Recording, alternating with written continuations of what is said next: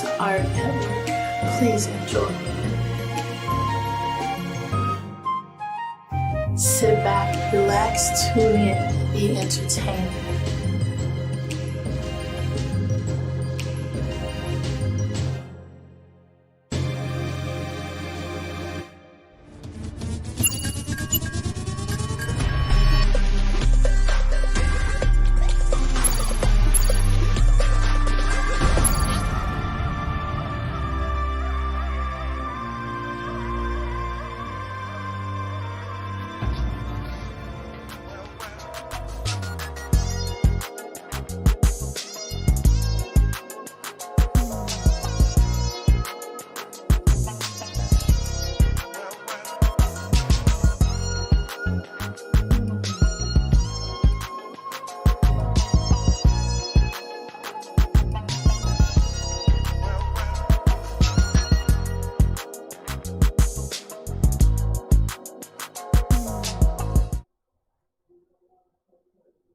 Back. Oh, I ain't got my glasses. Another week. Come on, man. DJ KTONE. Hold on, let's start over. DJ SQUIZZY Taylor. DOS, we here. Ain't gonna start over, man. Shout out to y'all. Appreciate y'all for tuning in right now. What's happening? We got a great show for y'all. Big shout out to the Gold Boys, 303. Big shout out to the homie Lucas. Lucas is back, fresh with the brand new hat on, the Gold Boys clothing. They are opening next Monday. Next Monday, the Gold Boys are officially reopening after COVID and all that. They got the studio in there. They got all your fresh gear. They got the CBD products. They got everything you need. Some hemp, the hemp drinks, all that. Everything you need. Shout out to the Gold Boys. Please stop by and rock with them. Definitely. Big shout out to GBL Studios, Get Busy Living Studios, man. A big announcement coming from GBL. Big announcement coming from GBL. Important. Stay locked in and then follow them on IG and Facebook. Get Busy Living Studios. And we got some dope guests today. Oh yeah, legendary. We're gonna have a great conversation today. Oh yeah, great convo today. Yeah, great conversation. Great convo today. Legendary. We're gonna get straight to the music, man. Yeah. Shout out to all the artists that send music in. If you send something in late today, we're gonna get you on next week. Big shout out to AHRR Network for making all of this possible. Definitely. Please go like, subscribe, share, do all of that. You know what I'm saying? Let's run it up for AHRR Network. If you are in the comments, please give your feedback as well. Your feedback is just as important, if not more important than ours. So please help us and let us know what you think of these songs as well. Thumbs up, thumbs down. Let us know what they need to work on, and you know, so forth and so forth. And everybody share the live right now. Share the page right now. Yeah, indeed. Yeah, we're gonna get straight into it. Where we starting, Squizzy? You tell me. Where we starting? I don't want to say it wrong. We're gonna start with. Let's start with Sanaa, man. Shout out to Sanaa, man. She did her thing last week. Yeah, she had that. What was it? Yeah. Ah, damn. I can't remember how it went. Yeah. But she got it in. Whatever. Yeah. She got it in. We got a new one from her. It's called Pressure Applications, featuring Young Drank. Okay. Young Drank was on there last week too. So featuring Young Drank again. This one is Sanaa Raylan featuring Young Drank. Pressure Applications. Open your ears up. Turn me up.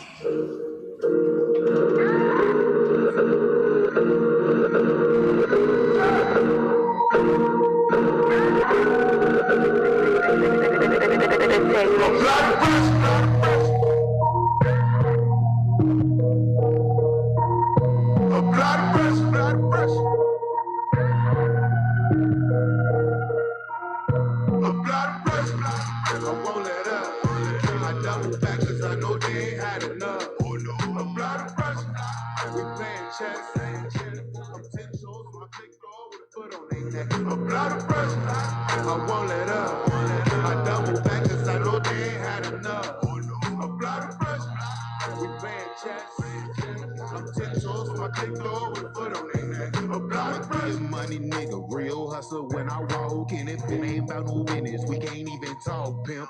Approach me with caution or you gon' get disrespected. I'm not one of these fuck niggas you been hanging around with.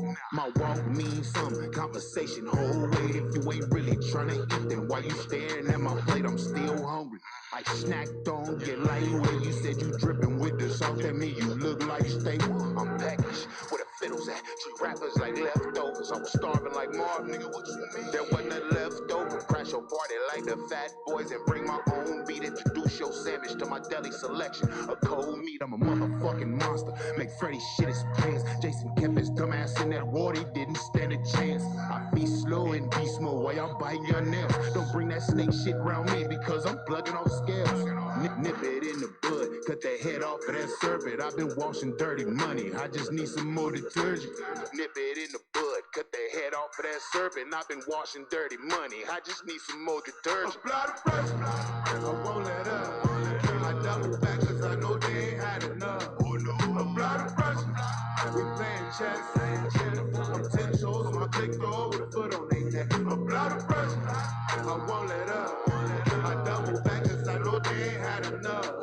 Apply the pressure, we playing chess. I'm 10 toes on my click door with a foot on their neck. I'ma bring the pain, apply the pressure to your brain. You gon' say that I'm insane, yeah, I'm coming for your main.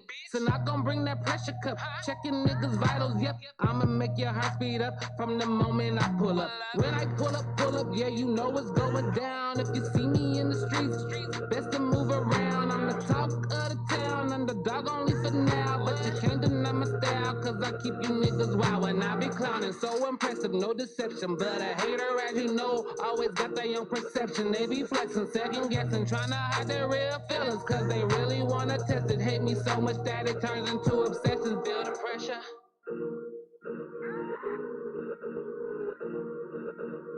Apply the pressure. That was Sanaa Ray Lynn featuring Young Drank. Pressure Applications. That's what it was called. Pressure Applications. SQUIZZY, what you think? I like it. I like it. It's nowhere near as hard as that record last week. Right. But if we stick to this record, I like it. It sounds like a song that would be on a movie or a video game more than anything. Like it's a placement song. You know what I'm saying? Yeah. It's a there's an actual word for that, but like sync. It'll be synced somewhere.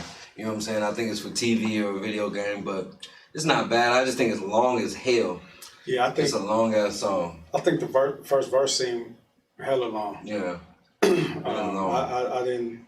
I think it was cool. Actually, like you said, I think I could see it on the movie for sure. Yeah. I could see it on the intro of a movie, like coming in the movie, first song that, you know. Yeah. I can see that. I think if you're gonna keep the verses that long, it got to be something in the verses that stands out, that makes people want to chant, or something that even re-excite me about the song. Because the hook is solid. The hook is I like the hook. It's catchy and all that. Right. But then the verses, you just kind of, you know what I'm saying, just riding, and you riding for a long time waiting for the hook to come back. So definitely, I would say just either trim down the verses or just try to add something to the verses that, you know what I'm saying, something that makes people remember, the quotable or something. You know what I'm saying? Definitely. Something as that.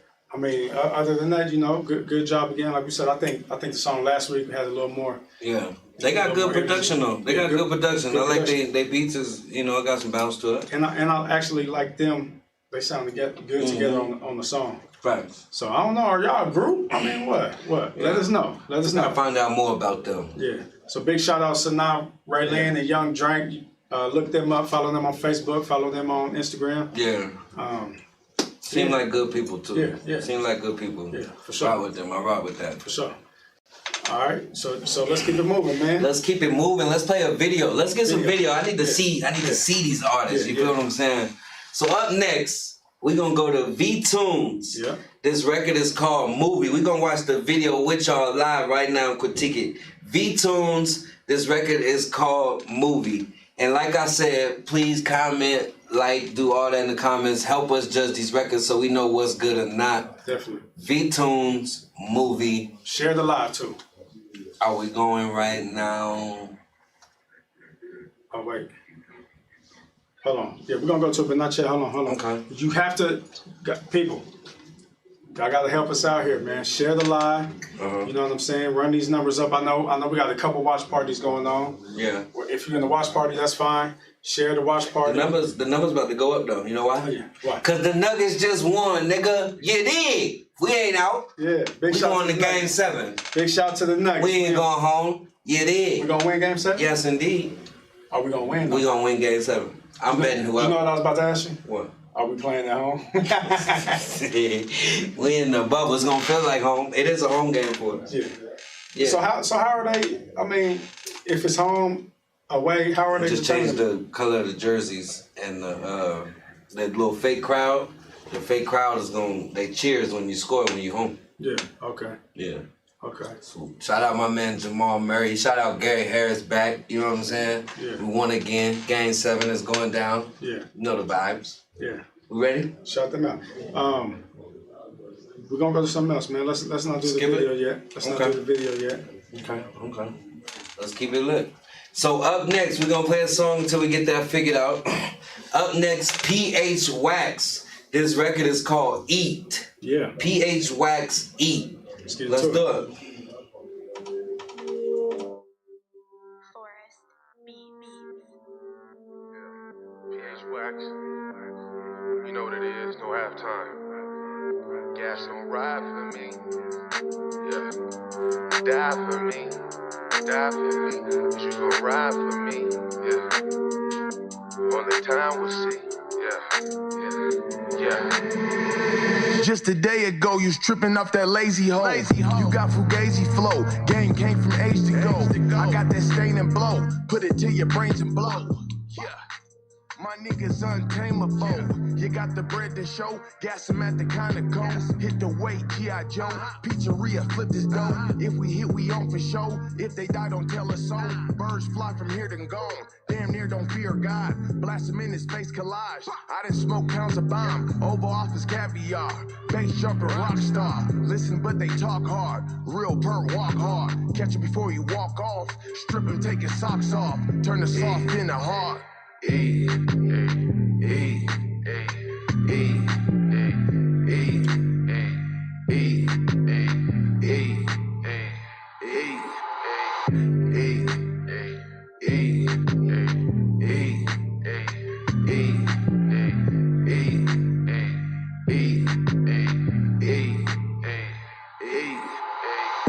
guaranteed, okay? I'ma touch that Frito-Lay. Pyrex place, thuggin' in a major way. Young niggas aiming K's where your mama stay. Really crazy going up for that Gouda cake. No time for hate. Bruce Lee when I demonstrate. If niggas funkin', bring the toasters in the oven. Nigga got smoke just for frontin'. No keys, press the button. These thoughts ain't for cuffin'. Talking cash shit. Me and Ballin' got a lunch in. Pulled up with my F in. This bread got me stressin'. Hit the bottom few times. Guess that's my lesson. But if they got it on the jizzle, I'ma bless them.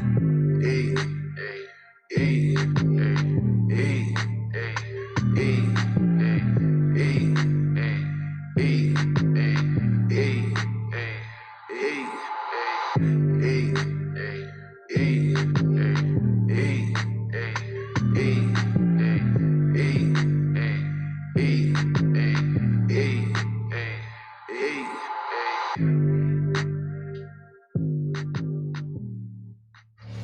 Eat. PH Wax Eat. I like that PH Wax much more. Yeah, I do too. Much more when it's a slower beat. And I keep saying the same damn thing. He already know what I like, but I like it. As a couple times he got off beat for me though, or said something that didn't rhyme and it kept throwing me off. There's a couple I'm like, what? Why'd he do that? I would say that's my only critique of that song. It'll say something like, damn, it didn't rhyme. But if you actually listen to PH Wax, like that's kind of how his flow is. Oh, okay. Like he rhyme, but he'll flip the rhyme scheme. Flip it right in the Flip the rhyme scheme and then come back. Yeah. To it, some other shit. Yeah. It's unique. I ain't mad at it. But outside of that, I like that much better. I feel like that's his pocket. That's his pocket. It's always believable. I feel he does make that music where it's like I'm riding in my car, smoking weed on some gangster shit. You know what I'm saying? And I feel like that's his pocket. So I like that. I like that record better than the up-tempo records he's been sending in. Definitely. So I'm more aligned with that. Shout out to him. What you think? I think, I like it much better as well. And I think that record is kind of catchy as far as the hook. Like I could hear myself just talking about some Even if I'm hungry, like nigga, I'm ready to eat. It seemed like a gym record though. Like, you know what I'm saying? Like in the gym. I thought the gym, you talking about really eating. But, hey man, I like to eat. I ain't mad at it. For sure. But either way, go. Good job, PH Wax. Make sure you follow him. Yeah. Shout out to No Rats Allowed. He got his clothing line going on. Shout out to everything they doing over there. For sure. For sure. Man, let's get to it. We're going to keep it moving. This one, brand new, from the Mud Babies. Doobie Newton and Nay Renee. Okay. They just dropped a project. Yeah. It's pretty dope. Yeah, hard as hell. Project pretty dope. Yeah, hard as hell. It's called Mud Babies. If you haven't heard it, check it out. This one is called Arguments. Let's do it. With a veto. Varguments. Varguments. Arguments. Mud Babies. Let's go.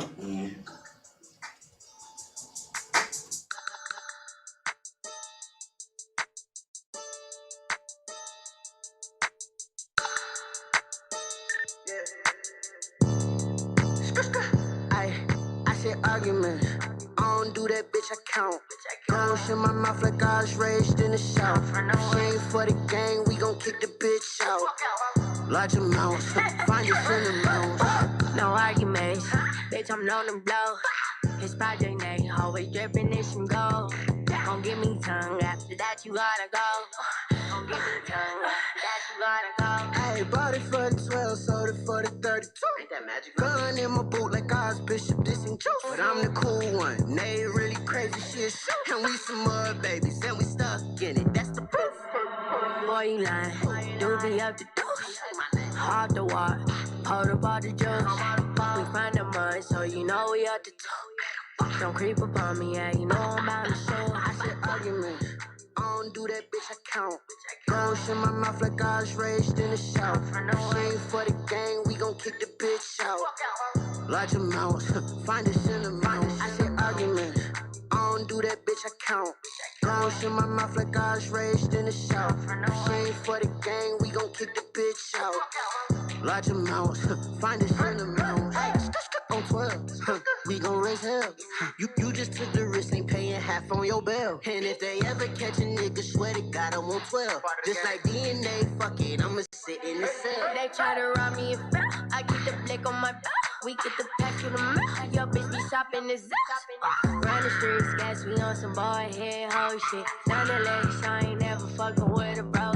Truth be told, if you see me with her, that's a hoe, bitch. Hard on lock, I can't get that shit out to no bitch. Up the Glock and it's 30 shots on the pole. Ain't investing in yourself, you had babies with a bro, bitch. I said argument, I don't do that, bitch, I count.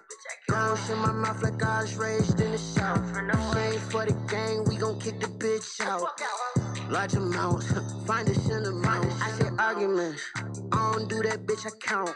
Don't shut my mouth like I was raised in the South. She ain't for the gang, we gon' kick the bitch out. Large amounts, find a cinnamon. I said argument, I don't do that, bitch, I count. Don't shut my mouth like I was raised in the South. She ain't for the gang, we gon' kick the bitch out.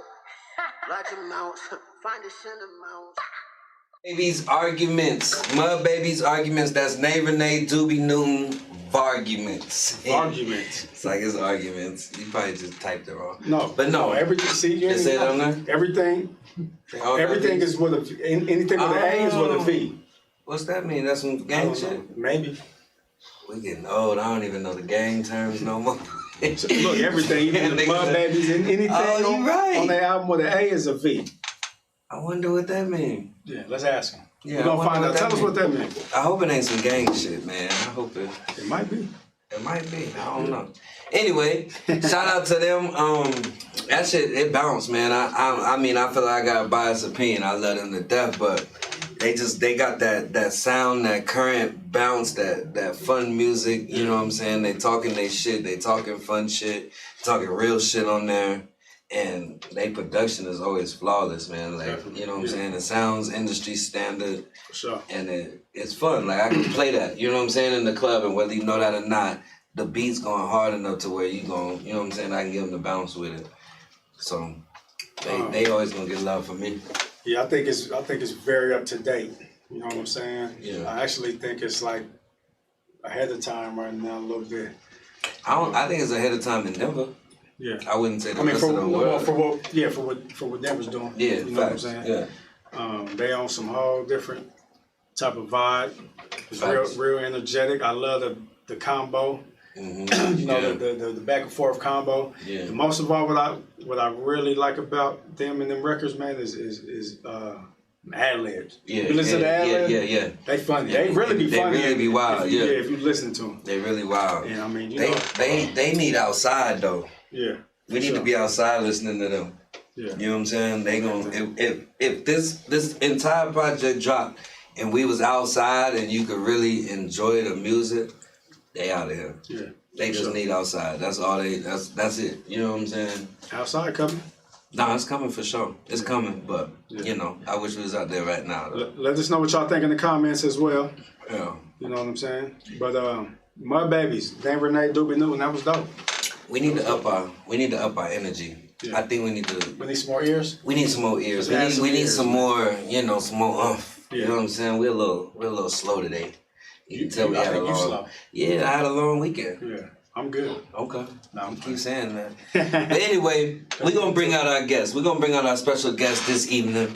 I'm gonna start it off with the legendary, one of Long Beach's finest, but a Denver legend at the same time. He got one of the hottest clothing lines in the world right now, the Doobie Club. Shout out to my brother, 6'5" is back feeling good today. We in the building. Shout out Mr. Midas. What's happening, brother? Welcome to the show. So now moving on. Mighty. And the Nuggets won. I didn't see it. And we bet. And the Nuggets won. I need my 100, Midas. All these, I should have said Laker fans. We bet. All that, I should have added that. We didn't bet. You waited till the fourth quarter again. Our next guest. Big activist in the city, philanthropist, doing a lot for the city. I think he should run for mayor. Or something like that. We're going to talk about that. My brother Brandon Pryor is in the building. Yes, sir. Yeah. Welcome to the POS, brother. POS Digital Online Show, okay. We appreciate y'all, man. What's happening? Appreciate y'all. How y'all feeling? All right. Good. Y'all been checking out some of the music so far? Yeah, man. You know, with Doobie, he can't never do wrong to me. So I just, he's been prolific. When they say that word, I just feel like bro been one of the better writers for a minute. Yeah, so for sure. Absolutely. You had names, so. Well, we thank y'all for joining us today, and if you wouldn't mind, please help us go over a couple more records. We're gonna do some videos and just get y'all's honest opinion and feedback, and let us know what y'all think. Yes, as veterans, as legends, y'all's opinion means something. You know what I'm saying? So let's keep it lit. So we're gonna play a video next. Oh, he's coming back. We going straight to a video. Yeah, straight to a video. Which one we going to? V-Tunes movie. So we gonna off the dribble. The first song we're gonna play with them is V-Tunes. This record is called Movie. We're gonna actually watch the video and critique it the same way. Let's do that right now. V-Tunes, this record is called Movie. Let's get it.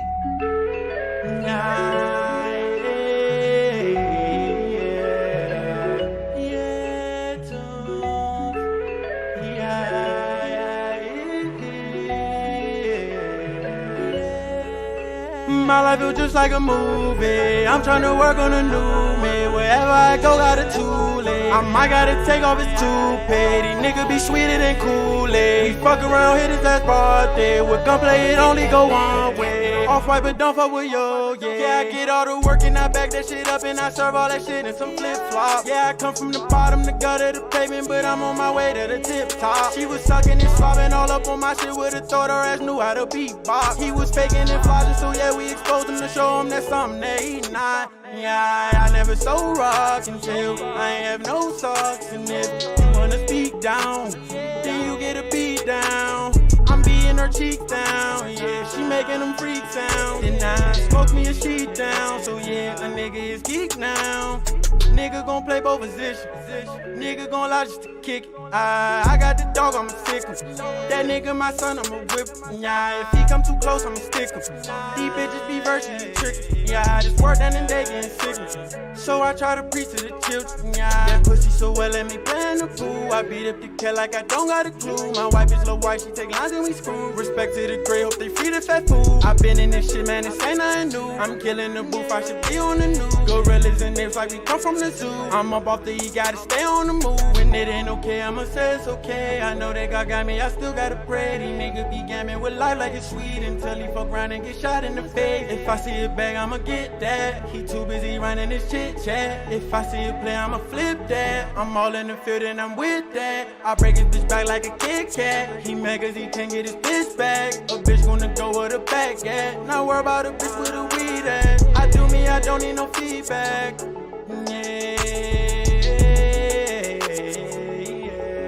These niggas know I'm the truth. Cause I spit the flames in the booth. One calling, yeah, here go proof. I hide it cause I got the juice. These niggas don't know what to do. She lick on my shit and she give it a smooth. That 40 gon' hit him and knock out his tooth. If I find out that his lips is loose.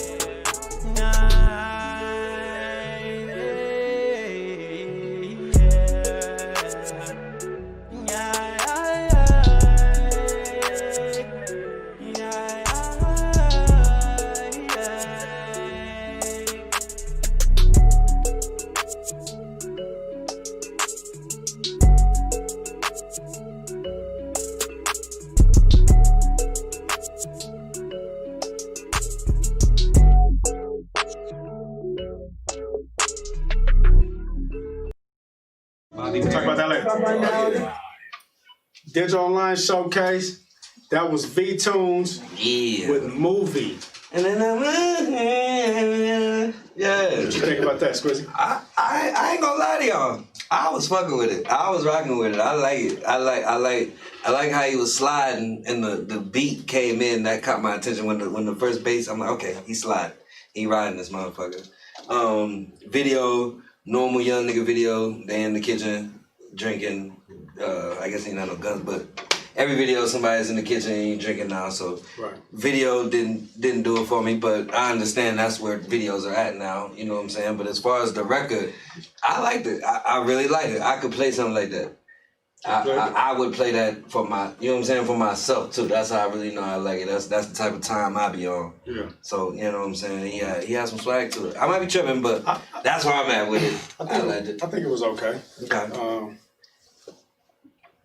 I did like it, but I mean, it's not nothing that I'm gonna just go to my playlist. Like, let me go to this movie. Okay. You know what I'm saying? But I probably wouldn't skip it if it came on. Okay. The video was cool. I think the video brought a little more, you know, a little more to it. Yeah. Made me pay attention a little bit more. There wasn't really nothing special about the video, but it was okay. It was there. You know what I'm saying? It was okay. I think he's a good artist though. Like, you know, just from you know why I think I like it. The records I think I like it because it sounds like when I'm at home, I got a little brother that be playing the game. Yeah. All the songs sound like that. Like we listening to the new sound of the younger than us. They all sound like that. That little melody. So in that sense, and I have to hear that shit every day. This nigga's playing 2K, and then I done started to like that shit. Like, okay, who's that? You know what I'm saying? It just sounds like that music. Yeah, and I think playing that too, and I have to ask him like, that's such and such. He'd be like, no, that was like 4 songs ago. Yeah, like, exactly. All that shit sound like that. You know what I'm saying? That's what they tone and they vibe and how they flow. And I think that's why I like, because I'm hearing it all day long. Cool. You know what I'm saying? But I like it though. I ain't gonna lie. That's what you think. Well, that's what I was waiting when Squizzy said it. I don't want to feel like saying some old nigga shit. I thought that was gonna be like, man, it's hard for me because it's just I love the new niggas, all love, bro. So I listen to all that shit. It's just hard for me to separate who's who in that sound. Absolutely. It seems like you can insert any other artist. And I no disrespect to bro, because that shit was riding. It was riding. Like, yeah, he did. Like it was a whole vibe. I'm listening to it, but at the same time, you could insert artists here, insert artists here, and that's the vibe. So it's just hard for me like to go, that's the song like Tone was saying. I just, you know what I'm saying? But I liked it. It wasn't like, you know, the video dope, they having fun, it shows fun, you know what I'm saying? Like that's the vibe to it, just a regular dude having fun. And that's the part that I was riding to. So. Facts. Yeah, at first I was like, you know, listening to it and it sound like you said, like a lot of the stuff that you would hear. it's not real unique sound to it, but he was riding the beat, and I caught myself, nodding to it as the song progressed. You know what I mean? As it went on, I started to like it more, but I agree with you, Midas. I think, insert any new artist and you can get that same sound. As far as the video, looked like they was just kicking back, drinking, like you said, kicking regular video. So I mean, we not in the discussion part, but I want to ask this. If you're an artist right now, you're a young artist, and you want to get noticed, you want to get the fuck out of here, do you sound unique? Or do you sound what's going to get you on the radio, what's going to get you played, what's going to get you, you know what I'm saying?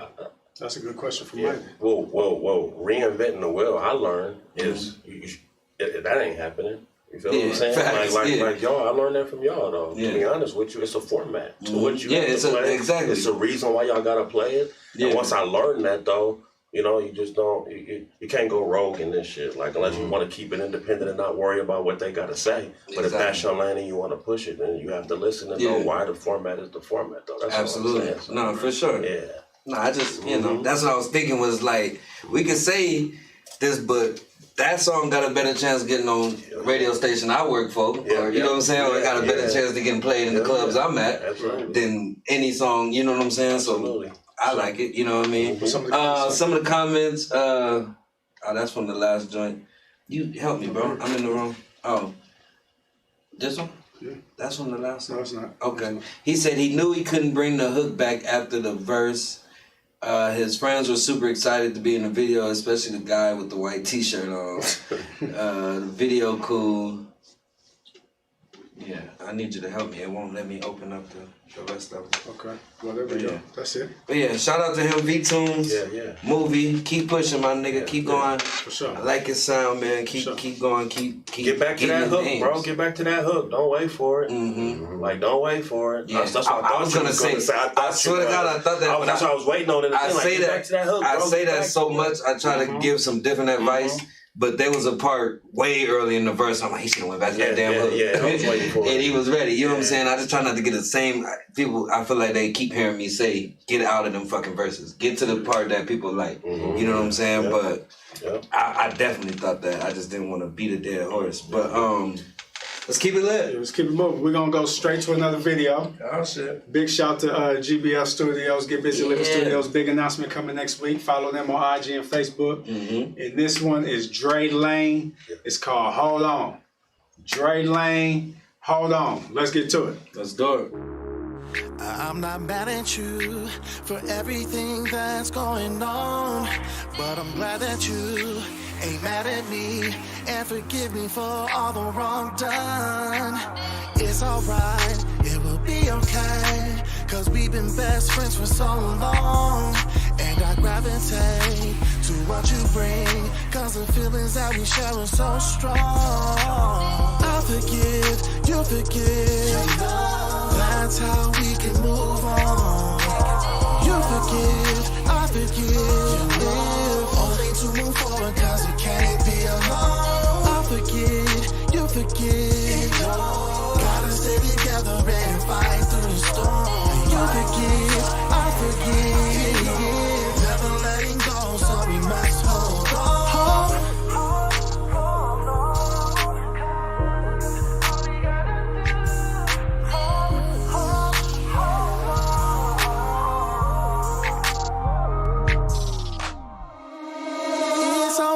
For you to feel some way, I've done some things to make you walk away, and I know on the flip side make it hard to stray, cause you see all my good sides lately. I'm learning my lessons, gotta count my blessings. God sent you from heaven from far away, and you know I don't play games. That was my main thing, your love I must maintain. I forgive, you forgive, that's how we can move on. I forgive, only to move forward cause we can't be alone. I forgive, you forgive, gotta stay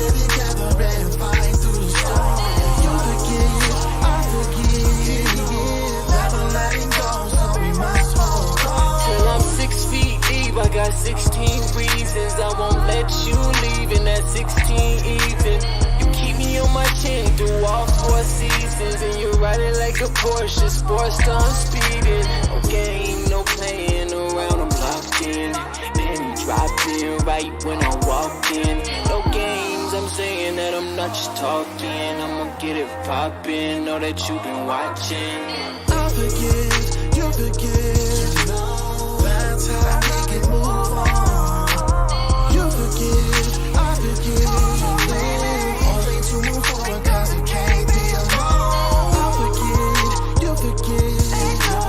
Gotta stay together and fight through the storm. You forgive, I forgive. Never letting go, so we must hold on.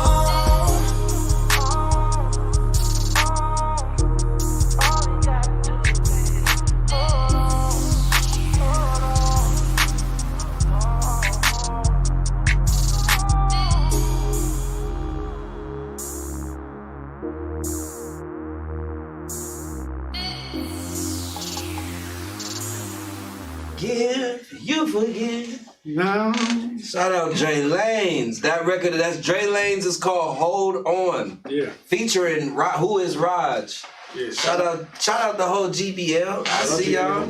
Yeah. I see y'all. Thanks, So I think that was cool, man. I definitely think it was better than his last one. Mm-hmm. The video was cool. Mm-hmm. I think depending on which way you're trying to go with it, it could do something. Yeah. For sure. I don't know, what's your thoughts on it? This is the best song we heard from Dre Lanez in a long time on DOS. I like the song. Yeah. I don't know where I would play because I'm not this mature of a person. And you know what I'm saying? I don't have these type of moments. But this is a good song. Like, you know what I'm saying? To me, right. I like this one way better than the last 4 records we heard from Dre. Yeah. I like it. The video is what would you say? Sexy and mature as well. You know what I'm saying? Yeah. It's a quality video. Sounds like Dre. It sounds like you know what it sounds like? Midnight Love. Yeah. Midnight Love. That's where it fits right there. That's where I'm at with it. You know what I'm saying? I get that. Yeah, you know what I'm saying? So shout out Dre Lanez. I never watched Donnie that shit. Simpson. I was like 9. I was supposed to go to bed when Midnight Love came on. That's what you think. Well, to be honest with you, like when you brought that up, to be honest, I wasn't even thinking that. But this Sunday, man, and where I'm from, like these are the type of records I got played on Sunday night. Mm-hmm. So in this format, 10 to 12, 8 to 10, in this format on Sunday night, this is where that song will play though. Yeah. And Dre know it, like he's not trying to appease to, you know what I'm saying? Like he's talking to those people that understand like ballads and shit like that, and like you know what I'm saying, like SQUIZZY said, it's a little bit mature for me because I'm still trapping. I listen to everything, but you know what I'm saying, it's just to be in that mode, you have to listen. So to go from the record we was listening to with movie to this, it's just difficult to be in that mindset. But you know, Dre pen is nasty though. Yeah. I want to add that too. This song is way better written than, you know what I'm saying? I give him that. I like how this song was written too. But go ahead, I didn't mean to cut you off, B. No, I like the song, man. I did, man. I could jam to it. I know y'all can. I think he channeled his inner Johnny Gill. You know what I'm saying? Like you said, some more. It's like some mature music. But I liked it. The video. I wasn't with all the dance moves. Yeah. But, he was in that dancing? I mean, the one move right there.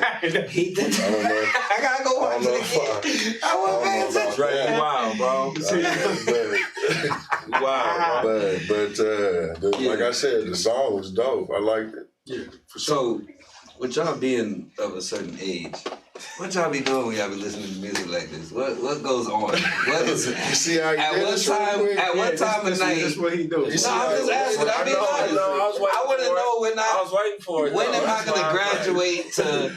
You know, I want to listen to this and some Johnny Gill. Well, like, when is that part of the night? Well, that's not really part of the night. Is it after dinner? No, that's what I'm saying. If you, he says it after dinner. Nah, like I don't even, I don't be having. No, I'm not trying to play out. Like I don't be having dinner. Like you know what I'm saying. I don't really be cooking like that. So it's like maybe after you and the wife have a nice dinner. This is the type of music you play after dinner. Whatever he was talking to his girl about, that's the type of music you play when you going through whatever that is with your girl. And if that's your vibe to listen to. It's a vibe. So it's That's what like, the vibe is so about, it's though. like, so y'all playing this before y'all like having sex type shit? Like it's Nah, this is I what ain't she's say that though. Oh, okay. I said, what you talking about, bitch? No, I'm trying to see what is the.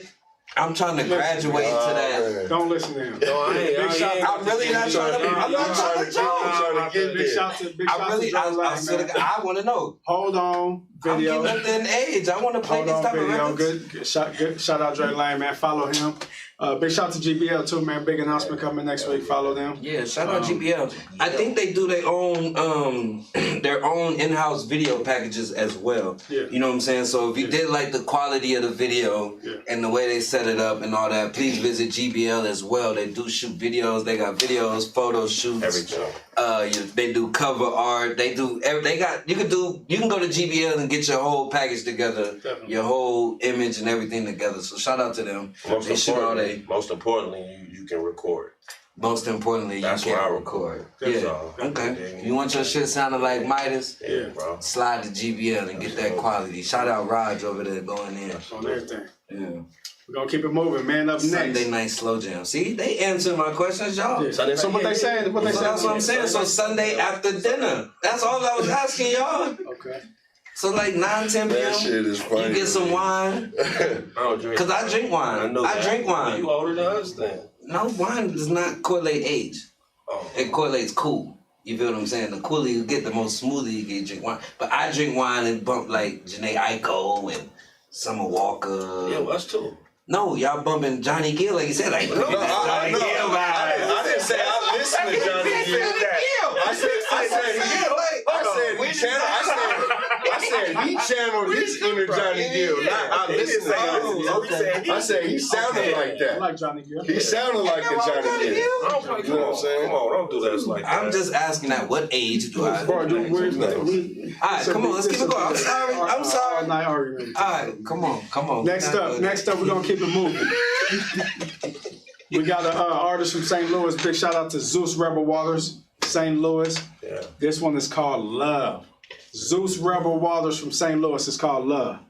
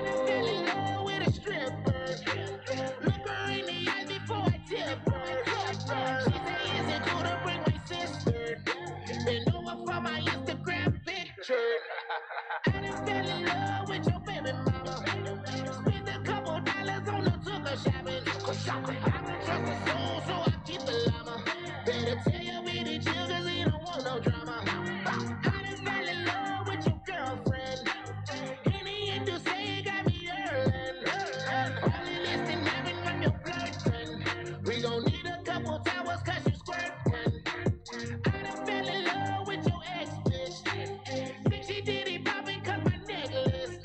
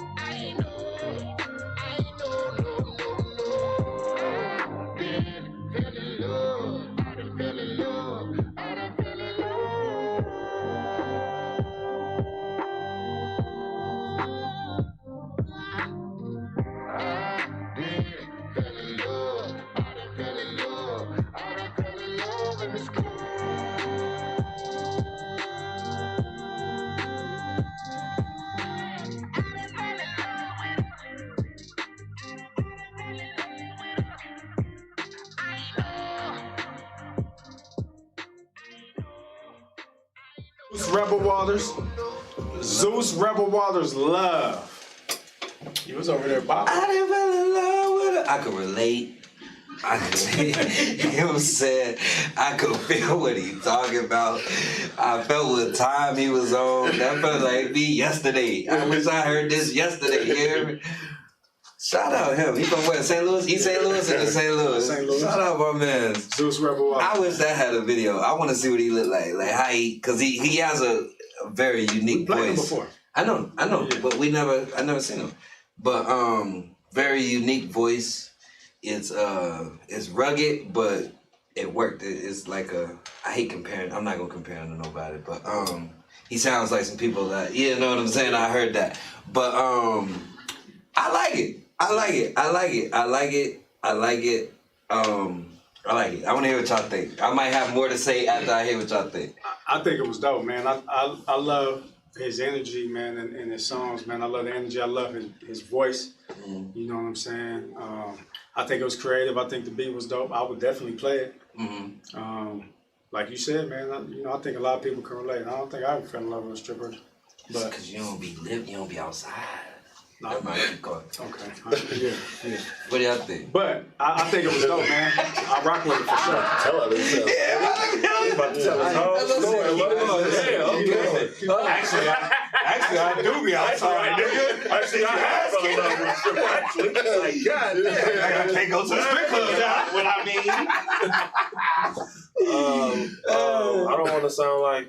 I thought the hook was dope. To be honest with you, I thought the hook was really dope, and I just thought it was like long though. I was waiting for the hook to come back in for me, and it just kept going. It felt like it was like 5 verses. Yeah. So it just didn't. What I be? That's twice you done said that. It didn't have a. Well, I've been on that to be honest with you, shorten them up. So I didn't have the. Sometimes when you listen to that sound, it'll go up. And I don't want to do it to him, but I got to Thug to come down and here come up, what I was thinking. and it just didn't come up and down. It was just one. That's why I was just waiting. I didn't know which one. Luckily, I love the hook, so I know when it was coming in because I was waiting for it. Yeah. But if I didn't know, it sounded like it was straight through. That's the only thing. Maybe more breakdowns or something like that. Because I was riding to that too. Yeah, that hook was nasty. Yeah. EP, what you think? Yeah, I like the hook. You know what I'm saying? I like the hook, the beat. You know what I mean? It's now. It has, you know what I'm saying? It sounds like, what everybody's listening to now. So, It makes so much sense when y'all can see the picture he just showed me. He got his beard is colored.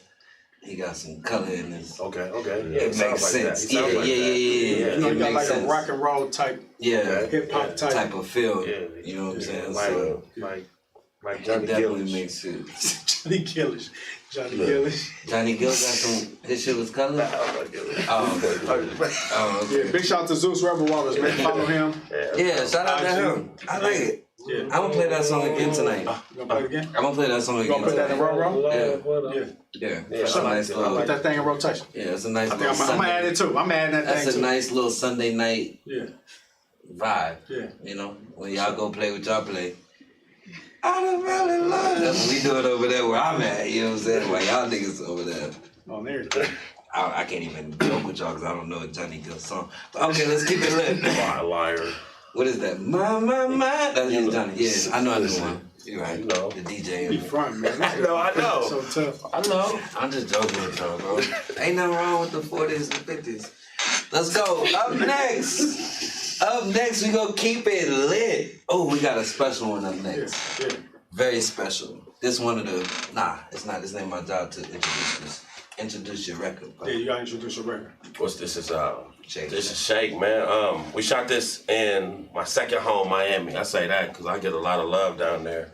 And we went down there with some of the fellas. You see some of my hitters down there that's in the video, and we just had a ball, man.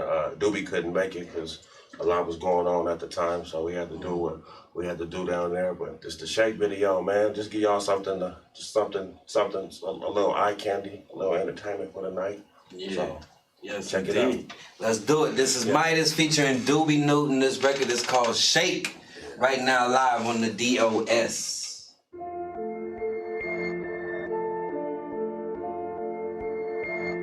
Let the band play.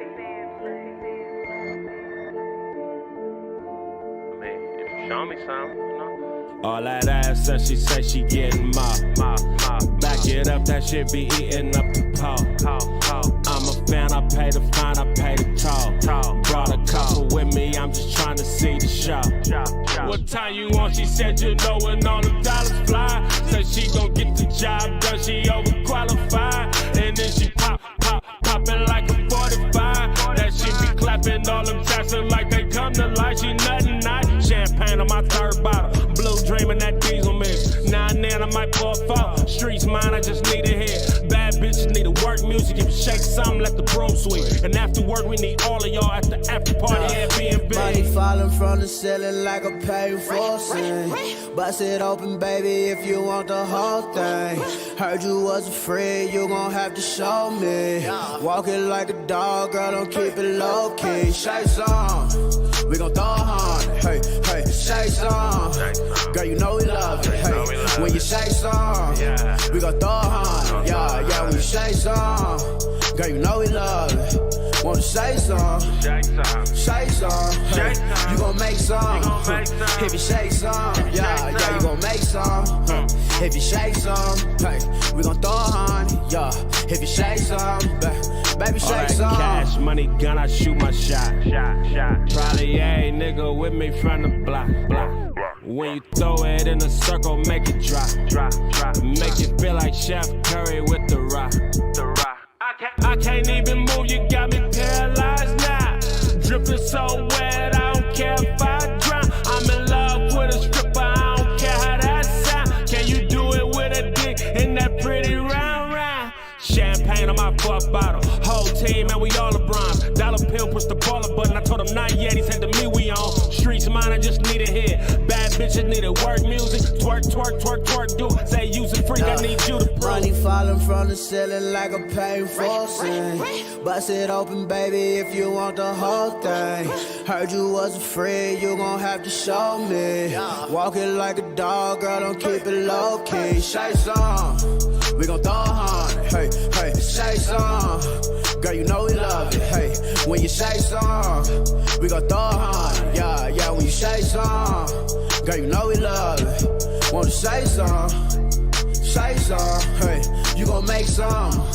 If you shake some, yeah, yeah, you gon' make some. If you shake some, hey, we gon' throw on. Yeah, if you shake some, baby, shake some.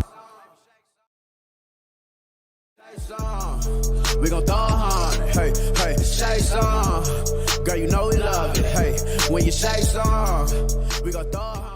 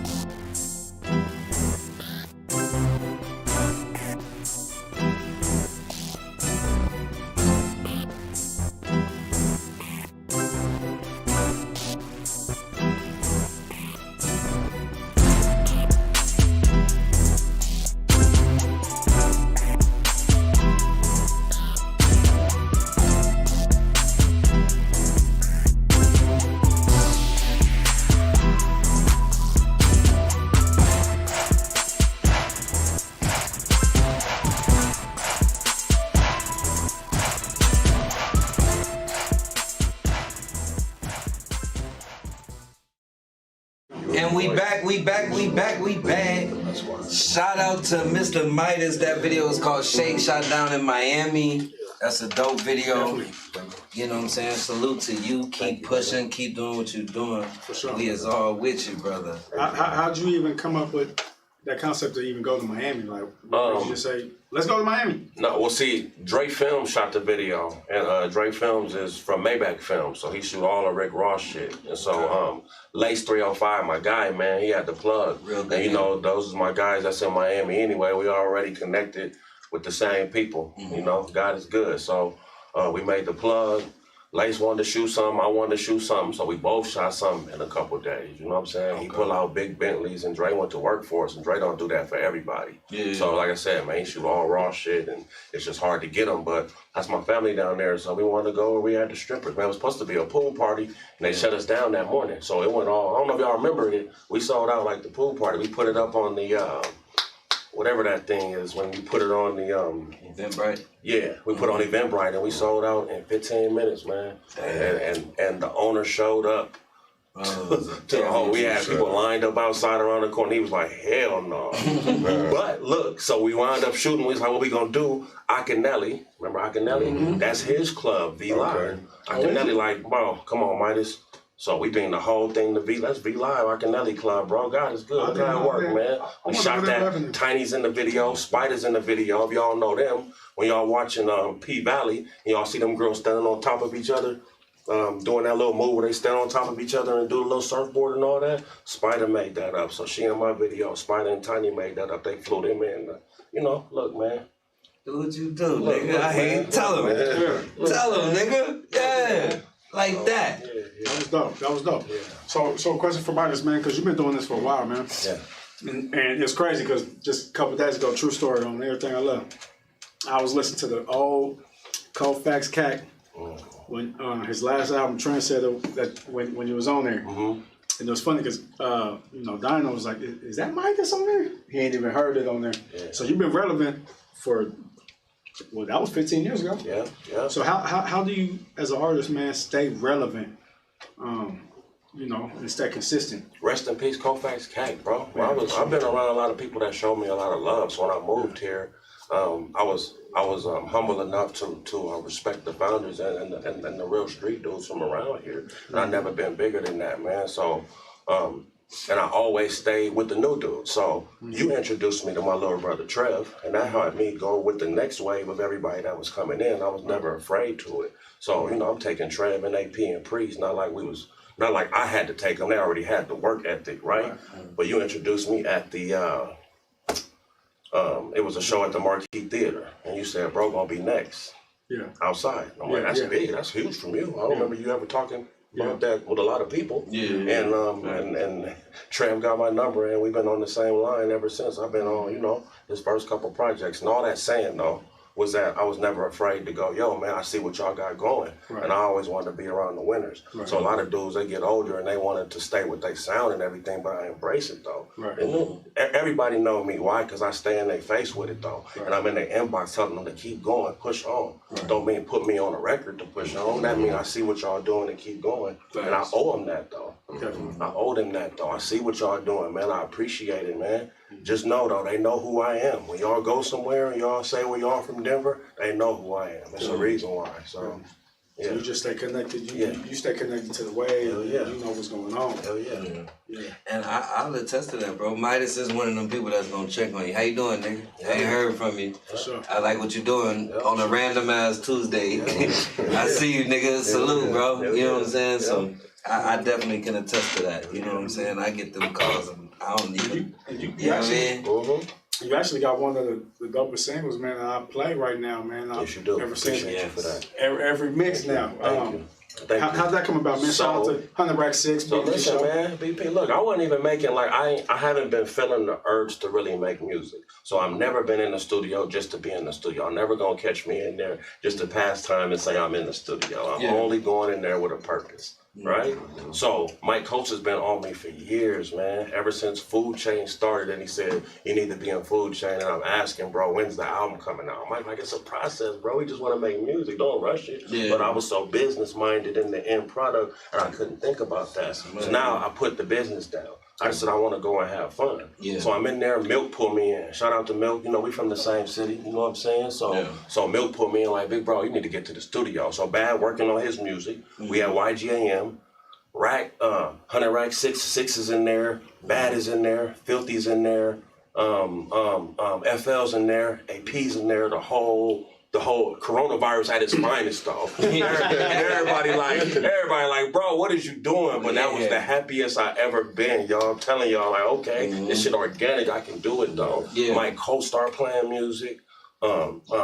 D start playing music in there, and it just started going. That's a Mike Coates beat, bro. We in the studio. Yeah. I wrote that. You know what I'm saying? I couldn't deliver it the way I needed to. Yeah. Show came through, put that whammy on it. You know what I'm saying? Yeah. And then 6 didn't want to do it. Okay, because 6 don't rap like that, and 6 is in there for a long time trying to figure out like how the hell I'm gonna make this work. You know what I'm saying? I'm like, bro, they gonna love you. That's 6 a star, bro. Absolutely. So I don't care what nobody say. He a star. He gonna make that shit work. I talk to the ladies, bro, and we just made it work, man. And that's the product. So I appreciate you liking it because we didn't, you just don't know, but it's organic. It's just coming here. Let's see how it works. And if they like it, they like it. And if they don't, then let's move on to the next song. I didn't know that was a Mike Coates beat. Though. It is. I did not know that. Mike Coates been on everything lately, bro. Oh man, he's going crazy.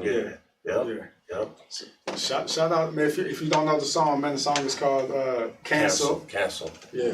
Picture myself and 100 Rack 6 and BMG show, man. So we're gonna shoot a video ASAP, y'all, right after this verse battle. So two things I want to talk about. I want to talk about if you have an album coming on, then let's talk about the verses. Is that coming on the project or? I'm not even thinking about an album, y'all. I'm not worried about it. I'm just in there making music, man. Whatever happens with these singles, they happen with them. If it work, it work. If somebody want to buy them, they can buy them. Yeah. I'm writing. I'm back on my pen.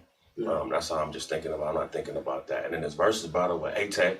Yeah, talk about that. September 5th. Okay. I want to do something different, man. I felt like if I was going to do a versus battle, I couldn't do it against Julie. I couldn't do it against Doe. I couldn't do it against the homies that I've been going against forever. They keep pitting us against in this little circle. Yeah. And so I wanted to do it to make sense. Yeah. I wanted to do it to make sense so I can get someplace I never get before and not keep fighting with the homies. Yeah. So A-Tech made I fuck with Tech, because Tech be moving, bro. Real straight nigga from over there, bro. So Tech be moving everywhere. Yeah. When y'all think y'all be doing shit, bro, it's somewhere, bro. Atlanta somewhere putting in work with some of the truest, believe me. Yeah. And bro put a thing out on Facebook saying, I do a versus against anybody. And the way he put it was like somebody in a room and they be like, I'll beat everybody ass in here. And you looking around going, this nigga ain't talking to me. And that's how I'm at the house. And I hit him immediately. Like he was talking to me. I said, bet.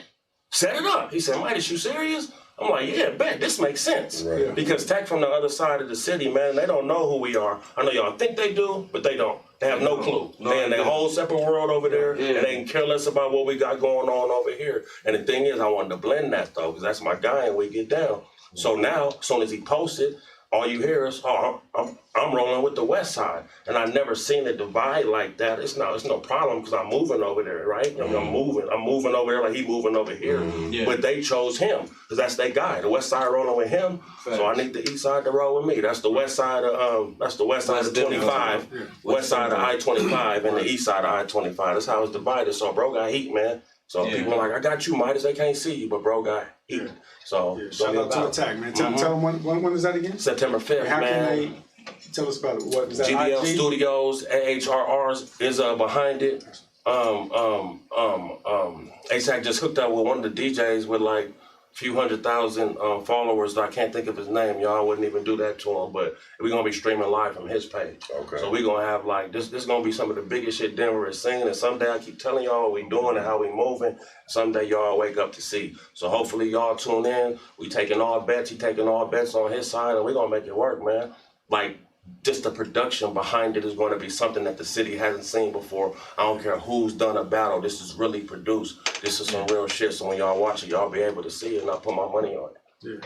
Yeah. I think stuff like that is very important, and not to all the way get off music, but nigga, we all minorities, and I feel like we could be so much stronger coming together with that side. You feel what I'm saying? They're going through some of the same issues that we going through. And it's like, but we both think our worlds are so fucking small. Right. You know what I'm saying? If you talk to one of them, they probably think the west side, north side is all they got. Yep. The same way we think Park Hill, the east side to Montbello is all we got. Right. And they go through the same, you know what I'm saying? So to bring Brian in the conversation, Brandon, I'm sorry. Yeah, I go.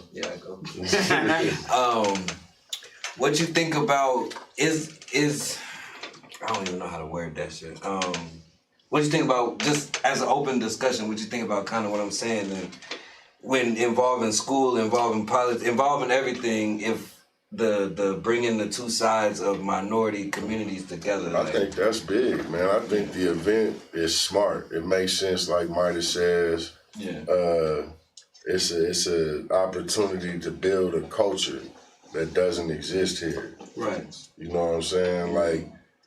Like you said, our communities have been pitted against each other oftentimes, you know what I'm saying? Absolutely. And that's on purpose. But like I said, once we start to learn that, we can begin to break that down. And stuff like this, where we bring the communities together, you know what I mean, and showcase the talents of each community. Then you appreciate what they got over there. You see somebody over there that might have some skills that you never knew about. Like, okay, they working with something over there. And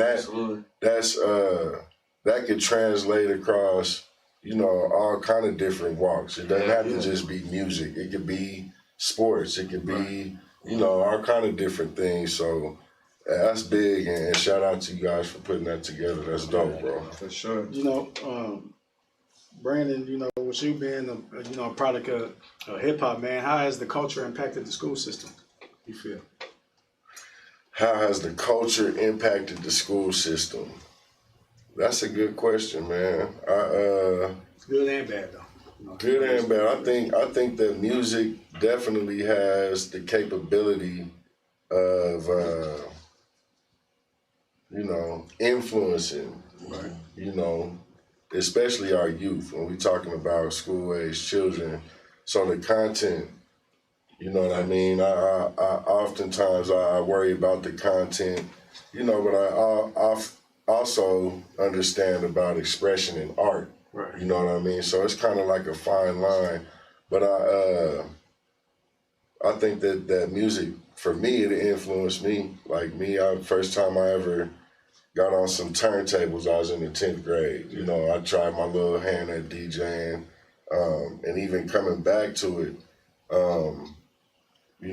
now I recently just bought a new controller. Yeah, you know what I'm saying? A Newmark controller, trying to get back into DJing a little bit and connecting with some cats on the west side of town while we talking about bridging the gap. It's a school, Lake Middle School. Okay.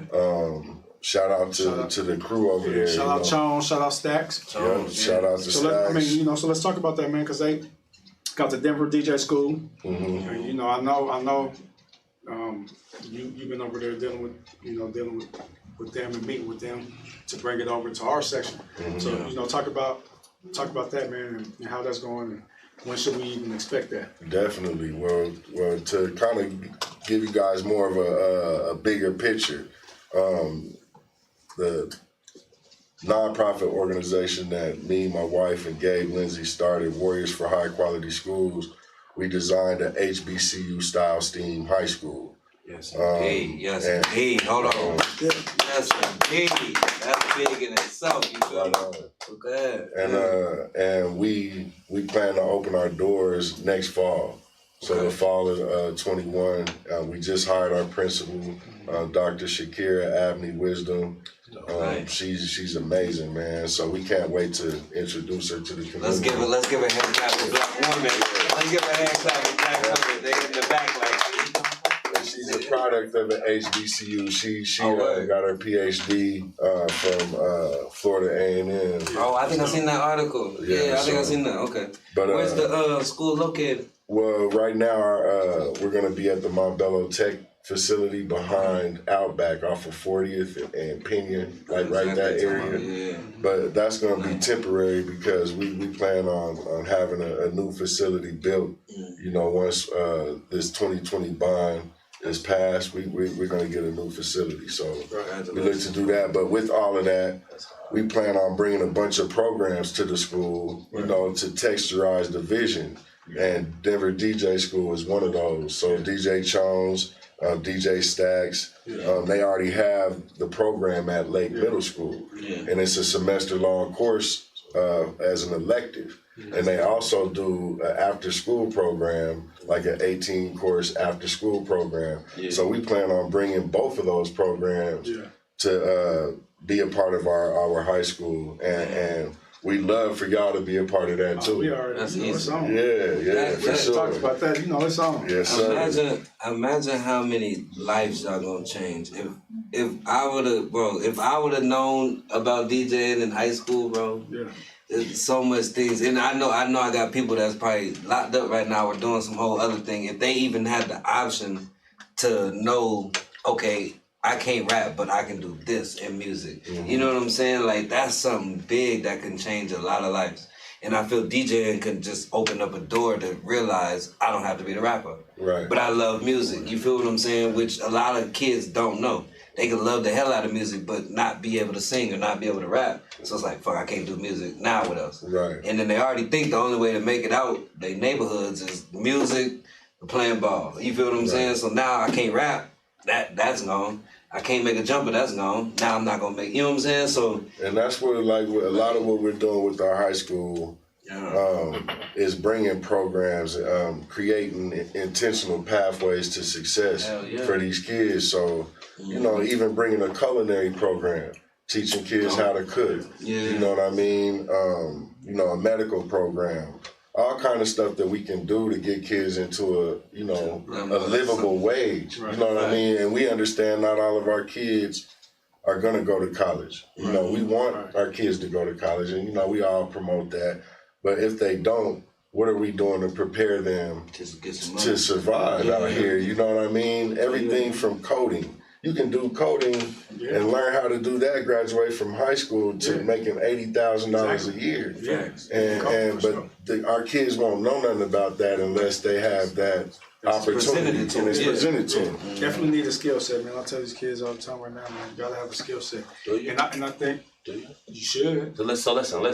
So y'all bring it up if I can, though, right? I had a talk the other day, and I was here with Sophia, Matt Roberts, J1. We got a show coming. Right, little plug for that called Don't Read the Comments. No. And basically what this show is about. Shoot, I wish I'd have known that last one. Don't read the comments. Yeah, it's coming up, so I just want to put that out there. Don't read the comments. But Tux brought it up, so I don't even want to. But long story is, like, these kids, bro, they done found a way to make money, y'all. They done found a way to use this YouTube. They done found a way to monetize this technology in ways that we don't know. So somehow, he brought it down to me. Just think about this, though. We don't even have the way that they're making money is not even something that we've even visualized yet, how they're flipping this stuff to be able to use this technology and stuff to be able to do it. So I'm like, are we holding it back? Because if we're putting them on a path, because BP just said it, and I never heard it say, he said an intentional pathway. Not just a pathway, though, an intentional pathway, right? I never heard that before. I heard the pathway part, not intentional, like we go, right, this gonna set you to this thing here. We're gonna make sure that your moves and your things are set so it really back to what you gotta get. But once we start dealing in that technology world, it's gonna almost take kids to be able to pathway to other kids because of shit that they coming up with that we can't even. That's all I'm saying. It's different how they run it. But I feel that, and I mean, I think what you said was have a talent or a whatever, a skill. That is a skill. It's just not a skill to us. Right. You feel what I'm saying? None of us in this whole goddamn thing get on YouTube and make as much money as the 12-year-old or 13-year-old can. Right. So that definitely is a skill that we just don't have. But y'all really don't have. I got a little bit. Here he goes. I'm gonna be 50 before the show. Right, we are. You know what I'm saying? I'm like, damn. Let's stay on topic. My bad. I just think, especially with teaching all that in school, man, I think that it just gives kids more avenues, and I think it gives them more opportunity You know what I'm saying? Even okay, so the YouTube stuff might be their main thing. But I can cook too now, so I can cook you something on the weekend and make my extra. You know what I'm saying? It gives them more leverage. Expose them. You know what I'm saying? Once we see it, like with anything, right? When, you know, like him, he's seeing you do it. That's not to do it like that, but remember you was in there in the club like, damn, KTONE made it. Like so, you know, like, damn, I want a DJ. That's what we talked about. And, like, then you know, like, and then with our school, also, you want to see somebody that looks like you, that's doing it. A practitioner out there in the field that looks like me. You know what I'm saying? And that's what our schools are lacking right now. You know what I mean? And shout out to Midas because he's doing a lot of good work inside of schools, man. And I don't think a lot of people realize, you know, the work that goes into working in the schools in our community, man. It's a heavy lift, man. It's taxing, and salute to you, bro, for being there for all of our kids, man. I appreciate that. So flowers, nigga. But for real, like having somebody that looks like us, you know, is so big. Important. You know what I'm saying? So important. It's very important. So for me, you know, the first time I ever thought I could get a scholarship, you know, to go play football is when I seen the cats in front of me, the Lance Graces, Tommy Ford, Tony Lindsay, you know, Abernay Turner and those guys, Palika Houston. When I saw them guys do it, I'm like, okay, I can do it.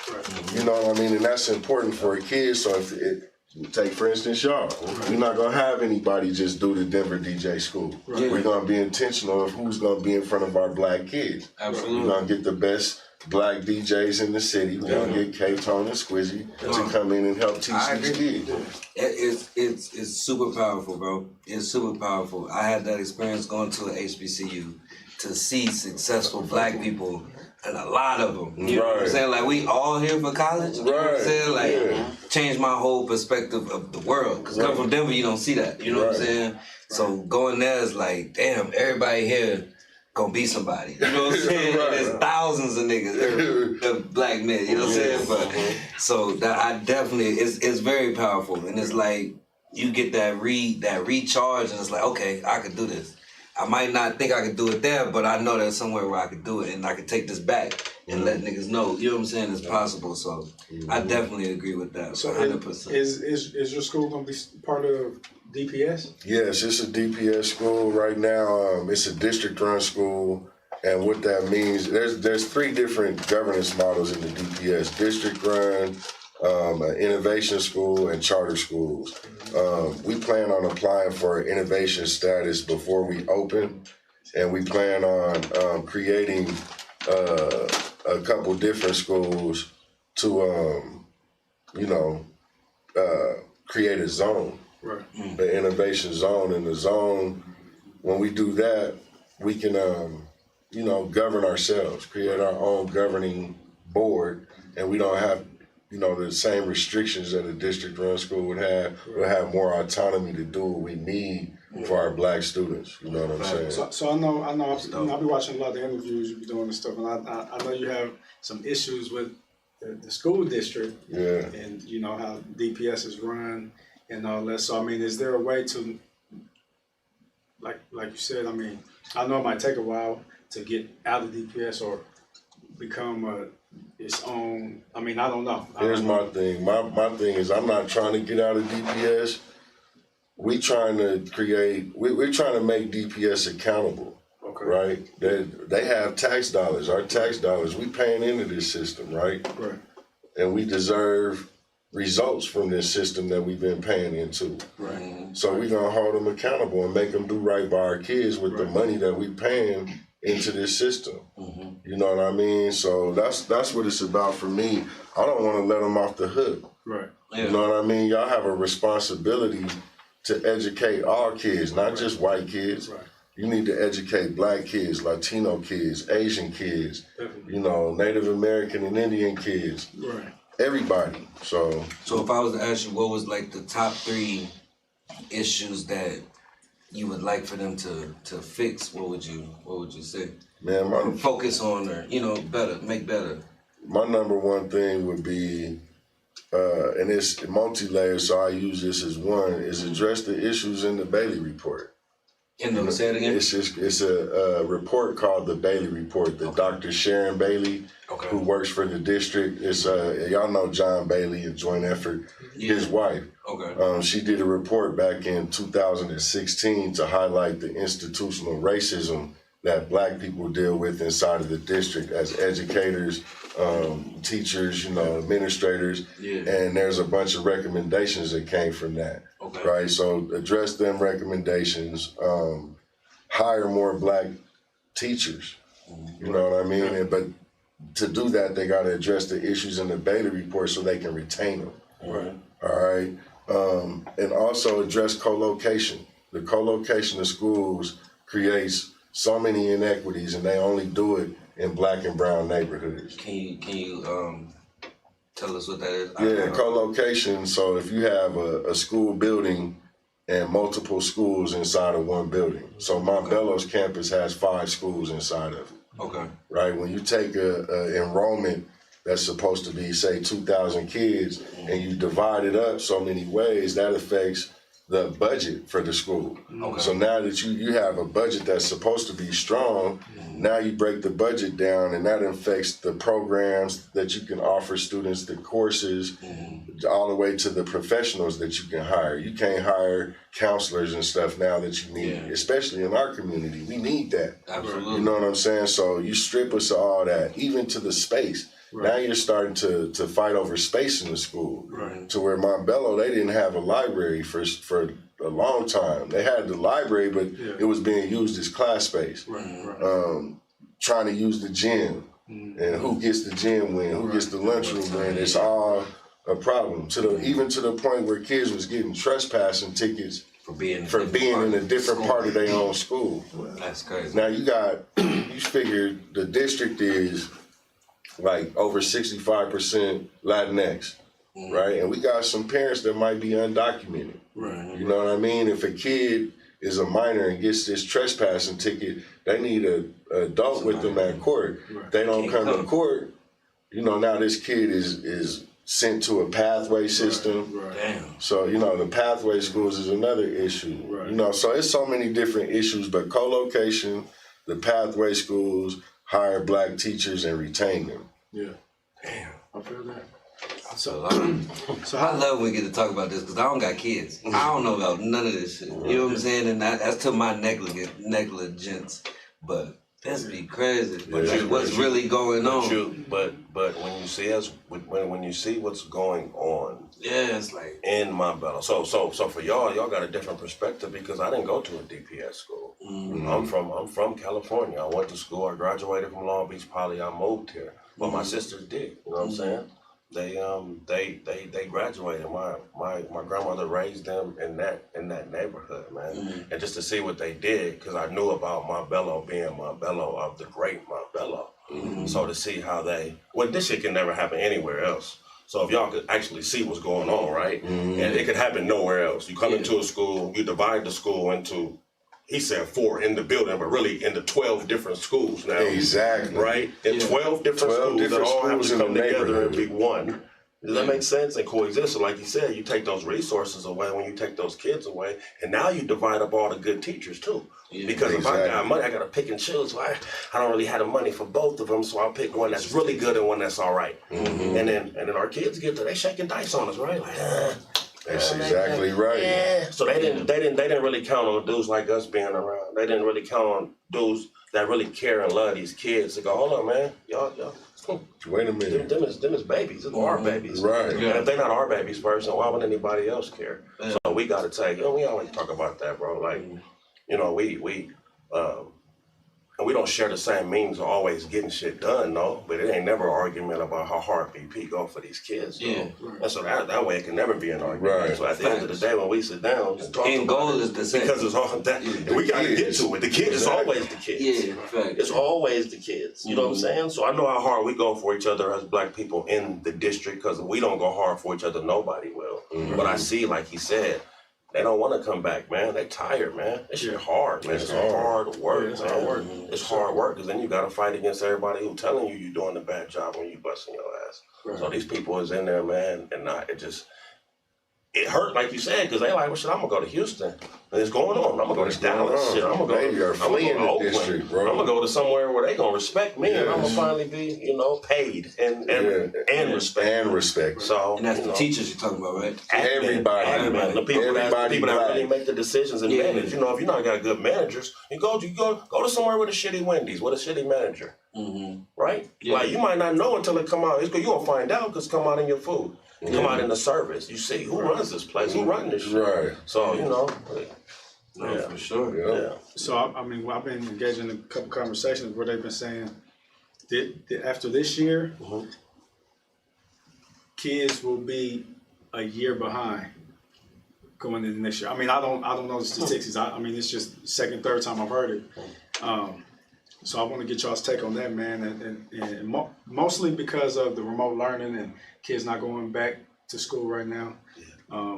They're saying that I guess kids are going to be a year behind. I think that's a cop out. Yeah, I think it's a real cop out because I think that the damage that when we talking about kids being behind has been done. Right. You know what I mean? We've been losing kids before the third grade for years.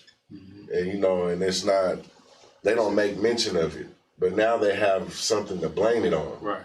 So now let's talk about it. You know what I mean? And that's kind of what it is. It's an excuse to me. Before the third grade? Yeah. Oh yeah. Like this. Like you look at early childhood development. Studies show that if a kid, falls behind before the third grade, that most likely will always be behind. They won't grad, all of that. They're gonna struggle all the way through. You're saying they go back to the third grade? Yeah, that's where it starts at. The power year, second through the fifth grade is the years where you learn everything. So they start building jails based off of how they look at the stats of how good you can read second, third grade. What's going on? They start building jails based off of.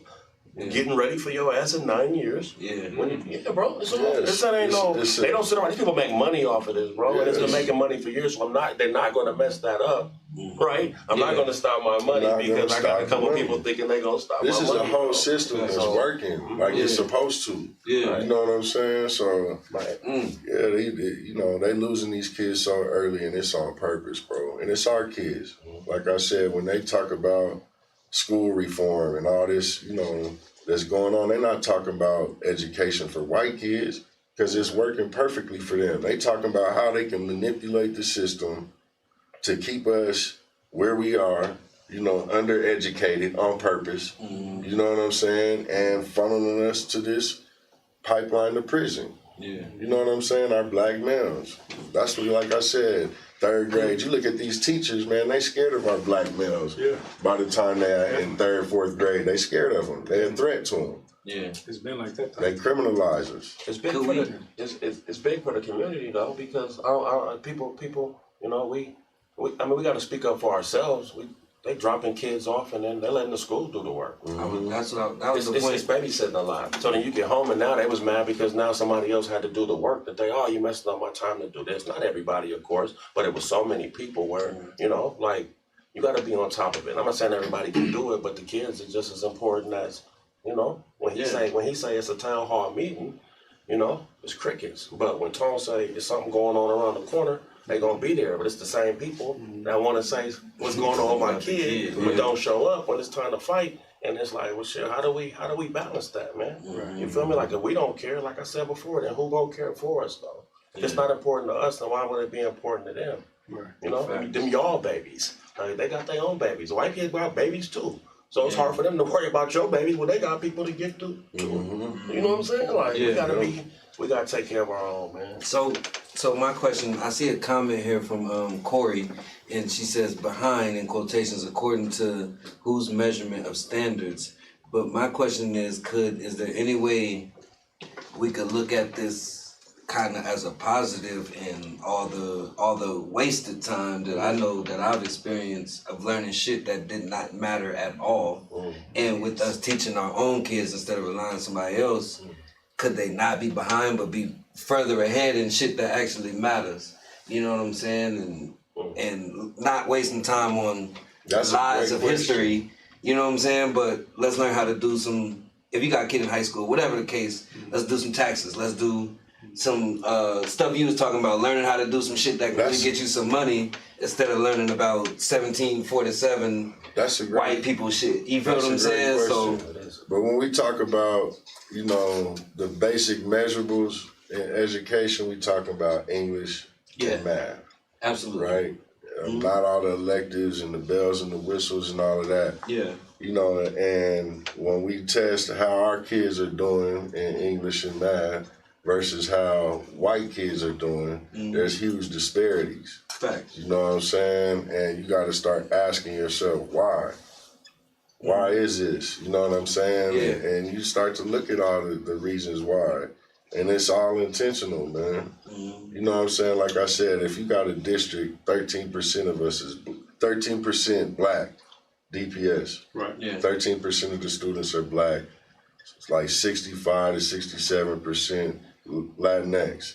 That's 80% students of color right there. Why do we have over 80% white teachers? Yeah.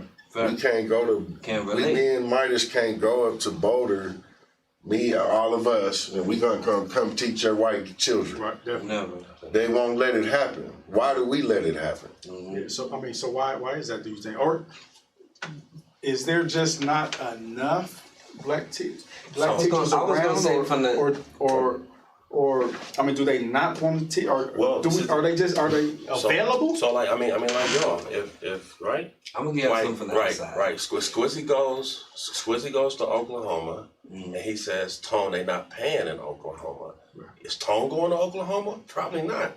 You hear what I'm saying? I'm just using that as a thing because you've already been told. When teachers get treated a certain way, right? They talk. That's a strong DPS has a reputation. And they do, man. Yeah. And they'll pick another place. They'll come to these different, my wife used to work, one of her jobs was to go and retain those teachers, go to the HBCUs or go to these different places and get those teachers and bring them back here. And DPS made it so hard, bro. When she finally got to say yes, as far as payments, as far as just different stuff, that like, it's so hard to get in. And it's just even when they onboard you as a teacher, they want you to be here for the training in the summer, but you don't get paid till September. How can you, if you're in Denver, how can you afford to live in Denver and you're not getting paid for 3 months? That's one of the main issues. You know what I mean? From the outside looking in, I think it's not a sexy job. I don't know anybody. I can't name one person that I really know that's a teacher that's my age. Like, it's not something we came up like, I'm gonna be a teacher. You know what I'm saying? It's just not and I think that's partially our problem, that nobody wants to, or a lot of people don't want to do it. And it might be the money, I don't know what it is, but like, that doesn't go through.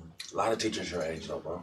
I heard that. I've been hearing that. I'm just saying, I don't know one. Some dope ass people. I don't know. And you know, they come from, I know a couple from Baltimore. Yeah. I know a couple from out of state I know some from here. You know, they move around a lot because you got to find out how to pay, how you got to pay too. They're I was telling him about Mo, you know, man. Yeah. He's one of the dopest teachers I've ever been around, bro. For sure. And he's in Atlanta now because guess what? The price of living here got too high. Even the price of living is like, I can't afford it. Then when you have a top-heavy administration, I mean, top-heavy, like I said, they getting paid. If you know, Susanna Cordova, the superintendent of the district, she gets paid 21 bands a month. A month? A month, bro. To do what? Thank you. Nobody knows what she does. Why does she get paid that much? Wow. You know what I'm saying? So, I mean, and I'm not, you know, she deserves to be paid as a superintendent. Yeah. She deserves to be paid, to me, like I said, exponentially more than, you know, everybody else. You go down from there. That's cool. But damn, $21,000 a month? Come on, that's excessive. And then when you talk about the rest of her cabinet, it looked like that. And that's just salary. We're not talking about, 30% of that for medical too. Right. On top of additional 30% of that total. So he's talking about another 70 bands to pay for her medical, dental, vision. You know, and this is for everybody down there. You know what I'm saying? And that's just, to me, fiscal waste walking around that could be going into these kids' education. Am I lying? Or to hiring more black talent, recruiting them. setting up programs to where they can afford to live in the city they work in. Right. Absolutely. I mean, I got a hell of a job right there, boy. Yeah, I think teachers definitely should be paid a lot more, man. I mean, for real. I mean, because that's, they teaching the kids. Yeah, man. That's the future. Front line. Yeah, they front line for sure. What you think about what's y'all's take on the Biden Harris ticket, man? What do y'all think? Oh, go ahead. Go ahead. Go ahead. Man, I felt a real certain type of way at first. You know what I'm saying? And I was kind of vocal about it. But just after talking, and then for those of y'all that don't know, I was kind of critical of Kamala Harris. You know what I mean? I thought Biden could have chose somebody else, but was it strategic? I think it was strategic. Like after talking to my pops, man, he kind of gave me, schooled me on some of it and just gave me his perspective, and it gave me a little bit better understanding, And a lot of people are judging Kamala Harris, based off of her past and everything like that. But I think, in these debates that are coming up, being a lawyer, she's probably one of the best people to, debate. She had these cats crying on the stand. Yeah. You know what I'm saying? Like, she's going to dog Pence in a debate. Absolutely. And the time is now to, get somebody else in there and just, get him out. You know what I'm saying? So I don't know that she wasn't my favorite. And then even the spiritual thing that, the way my dad broke it to me, a lot of us have a past. Right. You know what I'm saying? And if somebody was to judge me based off of my past, I done some foul stuff in my life, bro. You know what I'm saying? Some stuff that I should be locked up for. Yeah. You know what I'm saying? But anyway, she's done some stuff that people think is foul. Right. But God, I think, chose her for this time. Absolutely. You know what I'm saying? And if he chose her, who are we to argue? Right. Just like my dad said, he chose, God chose, Paul to be the apostle to the Gentile people, but he was a murderer. Right. He murdered all these people, but God saw fit to choose him. If he can choose Paul, who murdered all these people, he can choose Kamala Harris for this time right now. And that's kind of how my dad kicked it to me. Midas, what you think? Am I gonna follow that? I think Trump is gonna give Biden a run for his money. I think on election day, it's gonna come down to the last 1,000 votes or something, bro. I just feel like everybody keeps saying all this stuff in the last 6 months has woke people up. I went to the Clippers message board the other day, right? And I do what I said I never want to do, which don't read the comments. I really don't do that, right? And I started going. The Clippers had about Jacob. They had the whole thing about their Clippers stand for unity on their Clippers. I don't know even how it popped up on my Facebook, y'all. Yeah. And it had a picture of him on there with the fist raised. Clippers stand for unity. Black Lives Matter at the bottom. And I clicked on that bitch like a dummy. Click. And it was just, y'all, it was just like, I'm there. They had to go, oh man, let me get out of here. Right. Yeah. It was hundreds of hate. And they was liking it. And I'm like, shit, this is on the Black Lives Matter Clippers page. These are Clipper fans. They just cut it for Kawhi 5 minutes ago. Right. I went to the message board and put y'all, so Black Lives Matter, what's up with Chicago? It was just so much of everything on there. And I started thinking, well, damn, maybe we ain't this really as tight-knit and everybody think this ain't no landslide as much of it is. Because these people is rallying around each other and they're not scared to show it. So that's all I'm saying. I don't know what's going to happen, man. I'm not versed enough in these politics, y'all, to speak from that. But I just think it's going to be wire to wire. Wire to wire, man. Yeah. So if y'all don't vote or y'all plan on voting for Kanye or something crazy like that, it's gonna make it even worse. So for Biden and Harris though, how do we see to really make them accountable to black voters? That's a tough question, man. Because I think, a lot of what you see every election, man, even in these local elections, is, people come out and try to appeal to the black voter with, you know, bullshit. So they it's front, easy. it's a front in the beginning. It's a front in the beginning, and then like none of the promises are ever, you know, manifested. Exactly. Yeah, I agree. So that's a tough question, man. What I don't like the most is I feel Biden and Ms. Harris are doing more of saying we can do better than Trump. They're focusing on Trump instead of telling us what they can do. You know what I'm saying? Their entire argument is he's doing this, he's doing this. That's how it be. You know what I'm saying? But we're just have to give them their vote, but they're not telling us anything that they gonna do. Right. You feel what I'm saying? Just nigga, we better than this nigga. Right. You feel what I'm saying? Like rock with us, we better than him. I think the first key, they not looking ahead. You know what I'm saying? The first key is to be organized as a people. Like we got to get some level of organization, man. I don't know if it's, you know, the NAACP or, you know, the National Action Network or whatever entity to bring folks together under an umbrella to say, yeah, we may have differences, but when we leave here, we on the same page about this, and this. And we pushing for that. And they, you know what I mean? Right. Even to the point where we're grooming our own, you know, candidates for elections to where they got to come from the hood. Yeah. You know what I mean? And shout out to different folks in the community who are grassroots, like oriented, you know what I mean, who stated that and can run a campaign and win. Like, you know, and whatever people think about Tay Anderson, he ran a grassroots campaign. He's connected to community and, you know, and that's what that looks like. We need more of that. We need more people, you know, running to represent us. Why do you think we don't have that? Is it our fault? Is it something that's been engraved in us? Because you know us. You know we put you on a pedestal just to watch you. Why we like that though? Is it our fault? I mean, that's something that we and that's not even something that I don't think we intentionally do it, y'all.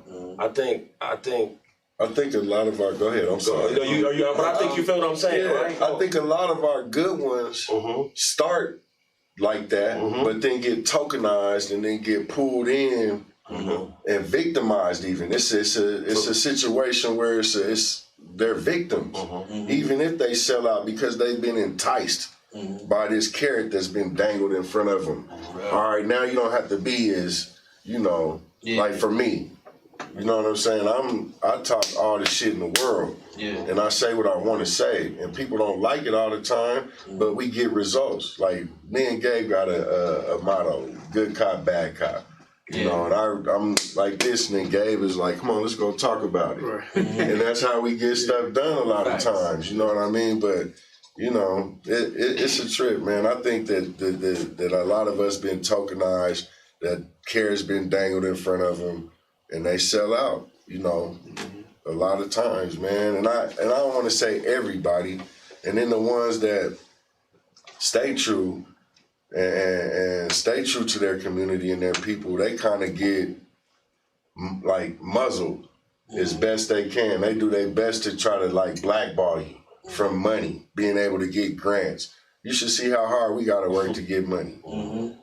You know what I'm saying? We'll silence you that way. We'll make it hard for you to do this because you got to make a living. You know what I'm saying? And that's how they play. So you'll see it like that. Yeah, I think we're definitely controlled by the money. That's why I think I always preach financial freedom is the freedom we're looking for. Because if we can control more of the money, we can make more of the decisions. We ain't got to go to everybody else and have to play that game with them to get what we need. If we got the money, you know what I'm saying? But that's facts. What is pandering at its finest, though? Tux keeps writing that. What does that mean? Pandering at its finest. I wish he would come out here. Yeah, that would be dope. I think I know. I don't want to think. I don't want to broke that like 8 times. We've been pandered to by all of these elected officials that's run like they You know what I'm saying? Like that's what it is. Is that what you talking about, Tux? I think that's what it. I think. But I mean, right. And I've been told, right, like Democrats have had us on this carrot for a long time by just saying we're not them. Yeah. And so I don't really have to say shit to you niggas because you niggas don't really want me to follow through. But I'm not them. Right. So does that make sense, right? Yeah, exactly. So it's like they've been standing on this for years, y'all. I haven't really heard anybody really say what they're going to do, then execute it. Mm-hmm. Now Trump was.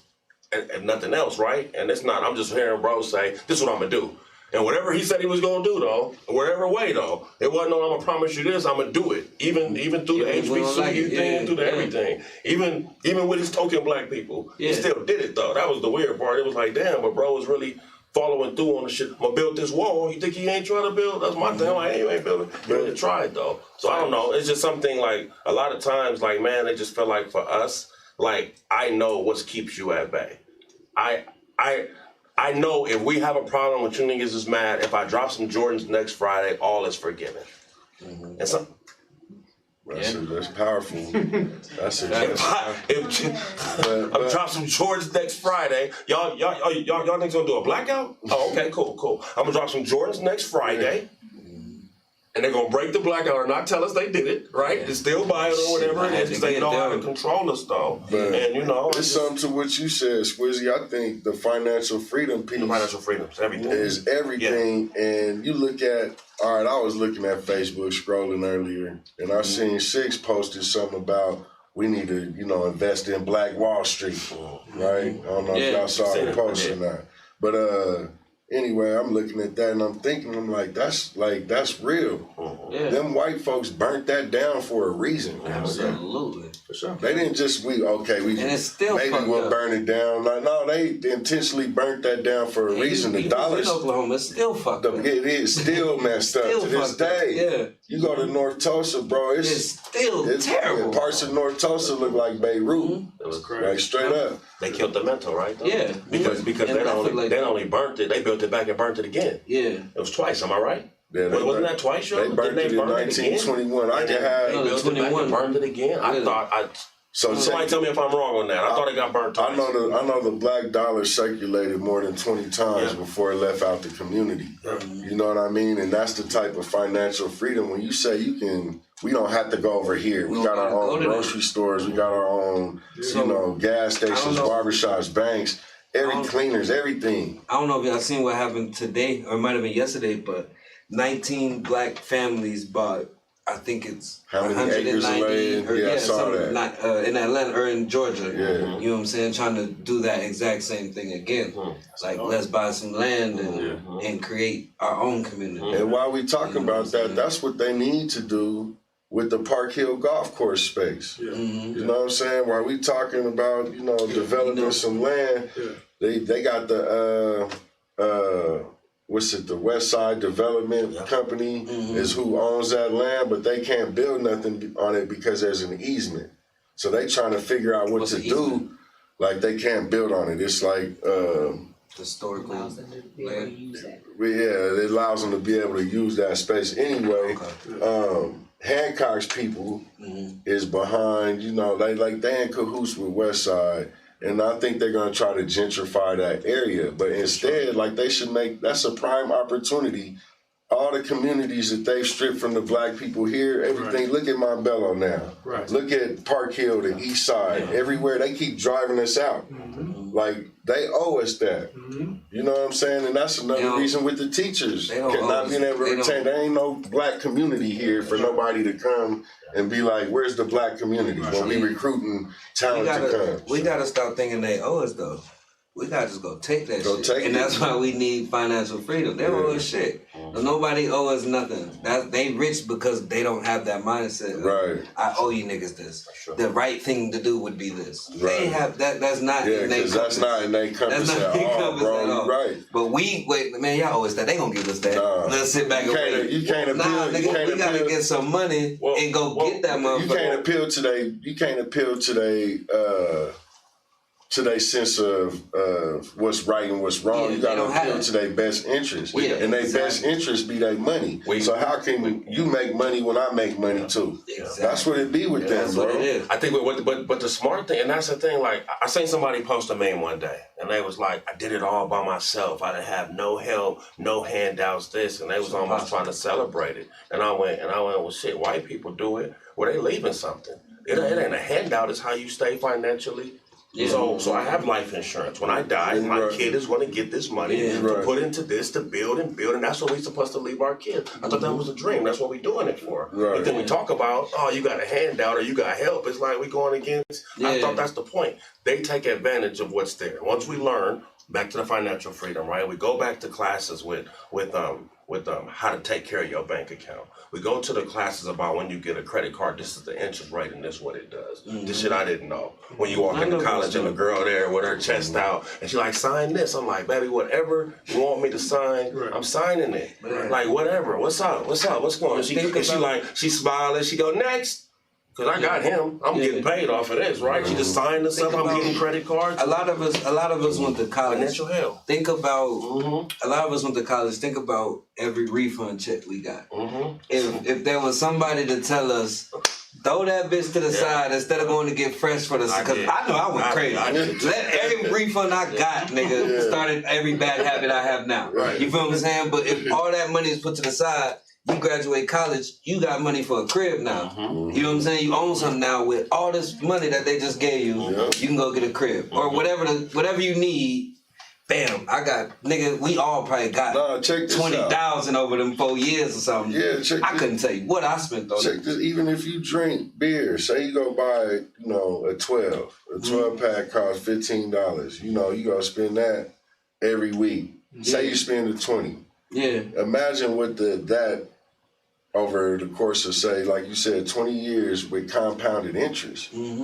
Think about that. That's when you start understanding the finances and how much money we throwing away. Even just going to eat fast food. You know what I'm saying? Stuff like that. Just put to save that money. I spent I just looked at that. That's crazy. I didn't mean to make nobody sad. I feel you. Nah, it's real though. That's the conversations we need to have. Yeah. I'm 31 and just now I ain't go grocery shopping. Like, you know what I'm saying? Right. And I went this long, nigga, I eat out every single day of my life. Every day. There's no other option. You know what I'm saying? Because ain't no food at the crib. Right. You know what I'm saying? But I'm 31 and the next people gonna come up doing that. But we gotta have them real conversations and be like, nigga, take your ass to the grocery store. Or learn how to cook, culinary, teaching them that. If I know how to cook, I wouldn't have to eat fast food every day. You know what I'm saying? But it starts early with teaching kids this type of stuff. You know what I'm saying? And not by a bad situation. You know what I'm saying? Because all my homies that know how to cook is because mom had to work, we had to figure it out. And I got little sisters, you know what I'm saying? AP tell it all the time, like, nigga, I know how to cook because I had to. Like, you know what I'm saying? I'm cooking for my family now. Mom at work, you know what I'm saying? It shouldn't have to be a bad situation to learn dope ass skills to, you know what I'm saying, in our community. So, that's what I think. If bro would have met a chef that was dope though, that spoke his language, we'd have took him to him. He was like, you do this? Yeah, this is my shit. Like, you cool too? Yeah, it's me. Like, oh, that's what I want to do. And that's the only thing. You just didn't see it. So when you put around people, and I tell them, when school starts sending these SpongeBobs to the school, and the kids go to sleep on it, and they're like, well, what you think? I said, well, shit, they went to sleep, so y'all know what I think. Right? Well, that was a waste of an hour and a half, to be honest with you, though. Let me bring in, I'll tell you who to bring in. You bring in Bink. You bring in. Yeah, exactly. Bink, come on, we gonna go. Who? Come on, I got you. Come on, go. The kids like, mindset over everything. Man, I told you, man. My guys make it cool, man. I know how these dudes talk. I know what they present. And we put them in front of the kids. They're like, man, I want to talk to them. How they do it? What's up? Well, you keep talking about how did they get started? Talk to me more. You went to a HBCU. Y'all, you did what? Y'all went to what? Y'all went to college. Right. You went to college. Your wife's y'all really a went lawyer. to, and y'all cool. Because the kids don't get that, y'all. That's why I'm saying this. Because the kids think once you get to a certain point, you have to be lame, man. You gotta be. You know what I'm saying? Like any school I run into, bro, I tell you, bro, I'm a superstar. I don't know Midas shit is because the kids know I get it. I respect how y'all get down. Midas show up to work just like this. Yeah, looking cool because you can relate to it. And they know. That's what they want to like. Oh, but it ain't. Damn, you got. those tattoos hurt? Like, yeah. Would you do it again? Man, that's the dumbest thing I did. For real? Yeah, because they look at that, y'all. That's the first thing they see. I can't even get a conversation there. But from anybody else, it's lame. For me, it goes, damn, okay. Right. See that, I get it. Maybe, right. Like, yo, I gotta cover this up, y'all. I feel a certain way. They make me feel ashamed sometimes in places. Like, for real, like, yeah. They looking at my neck, not even looking at my... Right. Feel like what hood I'm from. Right. Parents just talking to them, talking about their kids, and they trying to figure out what hood I'm from. Where you, what you? Nah, mama, this, he do. That's my guy. Right. Hold on, mama. Kids be down there fighting for me. Hold on, not him. Yeah. Not him. If anybody got me, he got me. Right. You know, but, you know. Yeah. No, I feel that. Yeah. Are y'all afraid to live in these times for you and your family? I'm gonna be honest, I am, man. I am. Like, there's a certain sense of, you know, these folks with this evil spirit, you know what I'm saying? And whoever they are, whatever color they are, there's a spirit, you know what I'm saying, that's hovering over us right now. There's a battle being fought in the spirit realm. And I'm like, I honestly think I'm afraid for my children more so than myself, bro.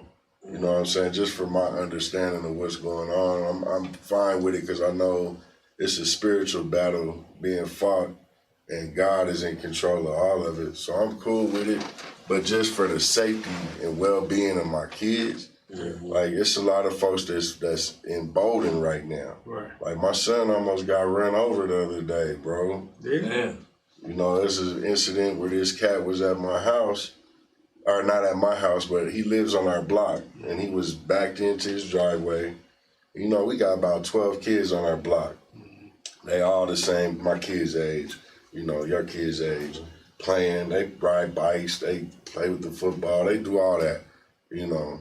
And he was out there honking, sitting in his car honking, laying on his horn, honking at the kids. And one of my kids yelled at him, you know, stop. I guess one of the other kids flipped him off. I don't know if it was my kid or one of the other kids, but he sped out his driveway and turned down the block and doing 40 and swerved towards my son. My son had to throw his bike down and to jump out the way. And we got doorbell ring.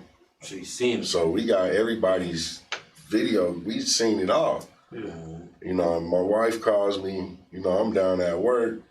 And I, you know, rush home, and luckily the police beat me there. Oh, yeah, it's funk season. You know what I'm saying? Yeah, it's funk season. It's time. I'm tripping.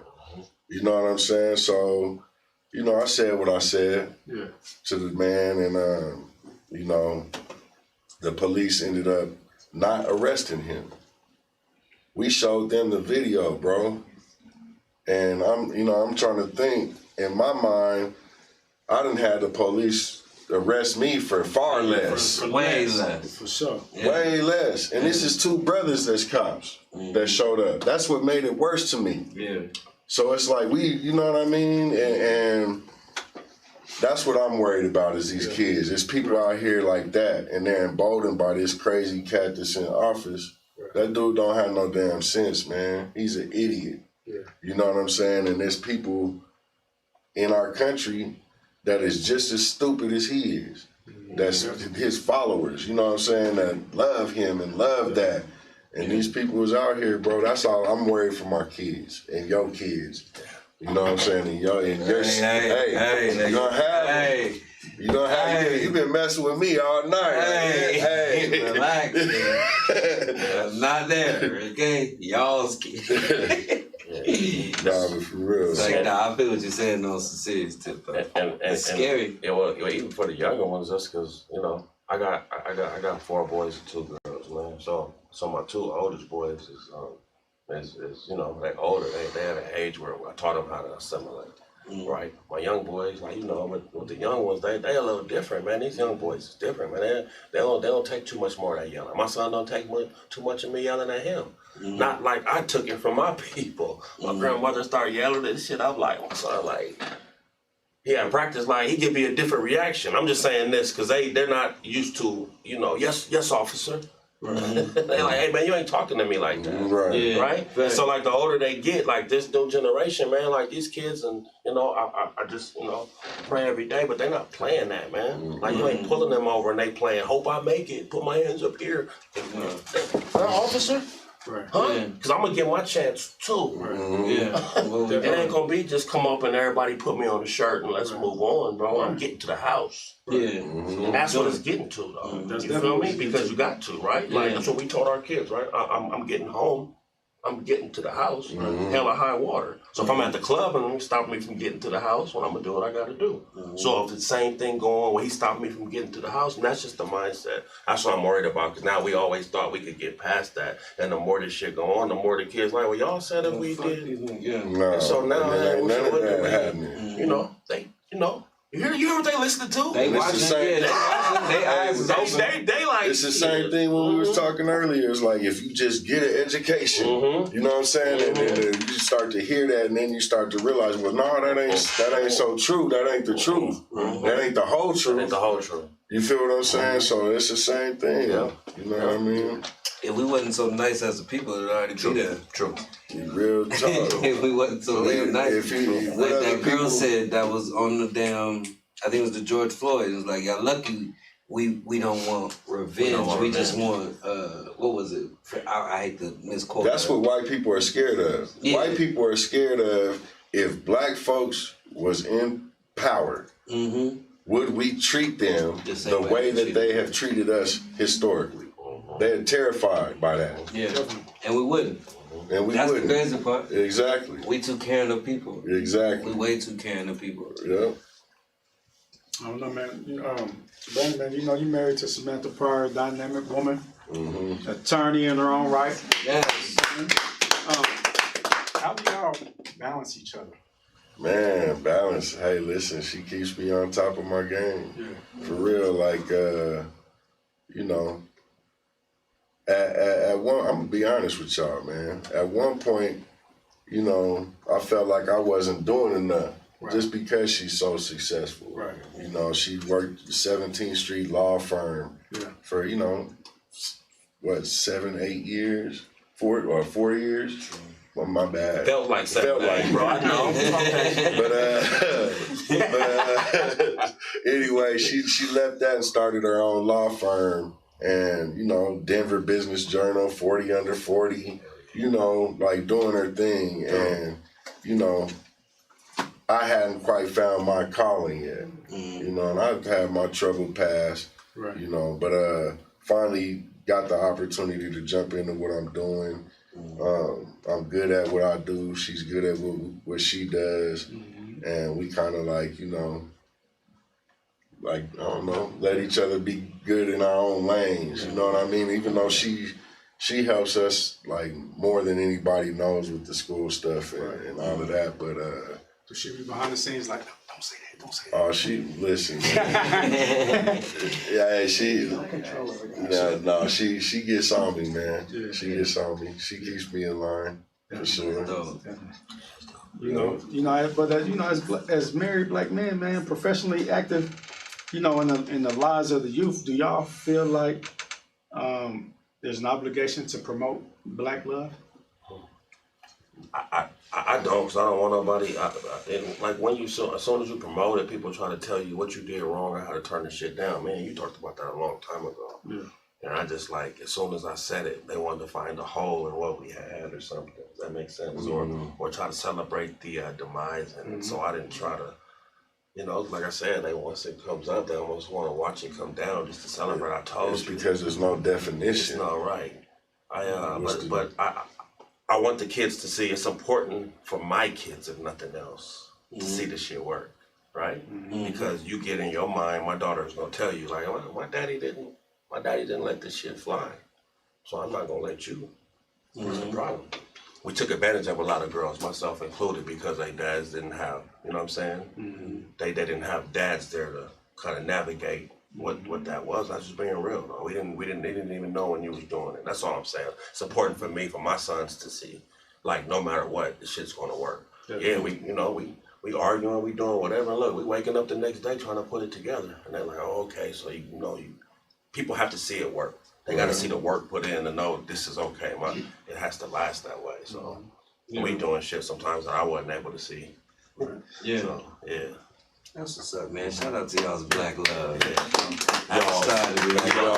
Y'all, 50 and over crew. Nah, yeah, no. It takes Dre Lanes, it takes Johnny Gills, it takes all of that. It takes After Dinner, bro. Music, hey, bro. You know what I'm saying? Hey. After dinner music. After dinner music. You know, it take that. But damn, I had one you moved on me. Real quick. I wanted to ask you this earlier.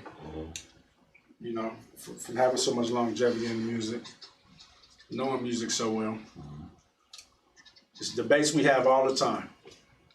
Top 5 albums ever. What's yours? What kind of shit is that? I'm asking you two. So top 5 yours, albums ever. Your top 5. It's gotta be the 2 oldest lists ever.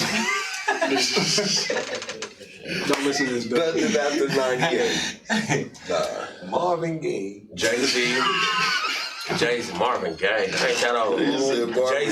I'm joking. Focus. Well, for me, bro, I just gotta go with what I your favorite, man. Your favorite. That kind of changed me when I was a little dude, man.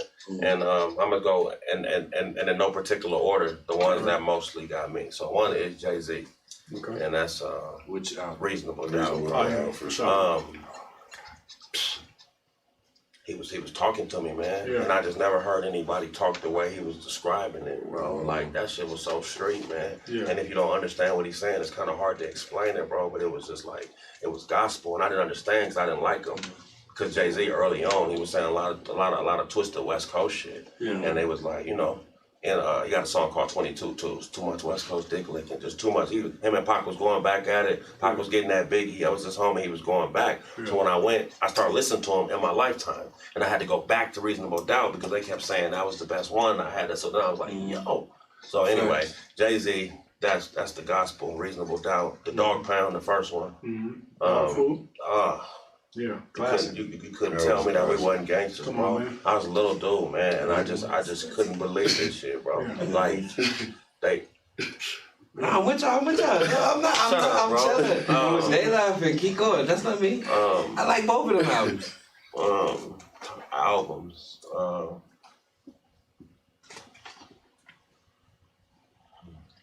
Shit, Drake, Chronic.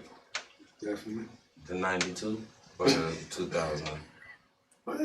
There's 2. Come on, bro. There's the 90. Man, come on, it's man. only two. It's only one. There's definitely 2. Two, but this the other one's not in question. Don't ever even ask that question. No, that's disrespectful. Yeah. To which one? To the 92 one? Yeah, bro. I mean, if somebody says I feel the 2000 one is crazy. But go ahead. There's some heat on it, and I hate to do it, but I just understand it though. So Nipsey, Victory Lap. Yeah, that's a good one. There you go. That's 4 right there. Let me see, man. And I'm to be honest with y'all, like I like R&B shit. Come on with it. It's like I mean, I'm not gonna front. If we're talking about albums, like you can't skip, it's gotta be some R. Kelly shit. Okay. Oh man, he went to R. Kelly on us. I wasn't expecting R. Kelly. I'm sorry, man. I knew they was gonna do it. I'm sorry, no, because I mean it's too.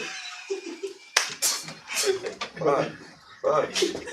That's an after dinner. Man, you gotta split. After dinner. If you split Kills from, I wouldn't kick it with him, but that music is timeless. That music is timeless. Why do y'all act like that? He was singing about having sex with little girls.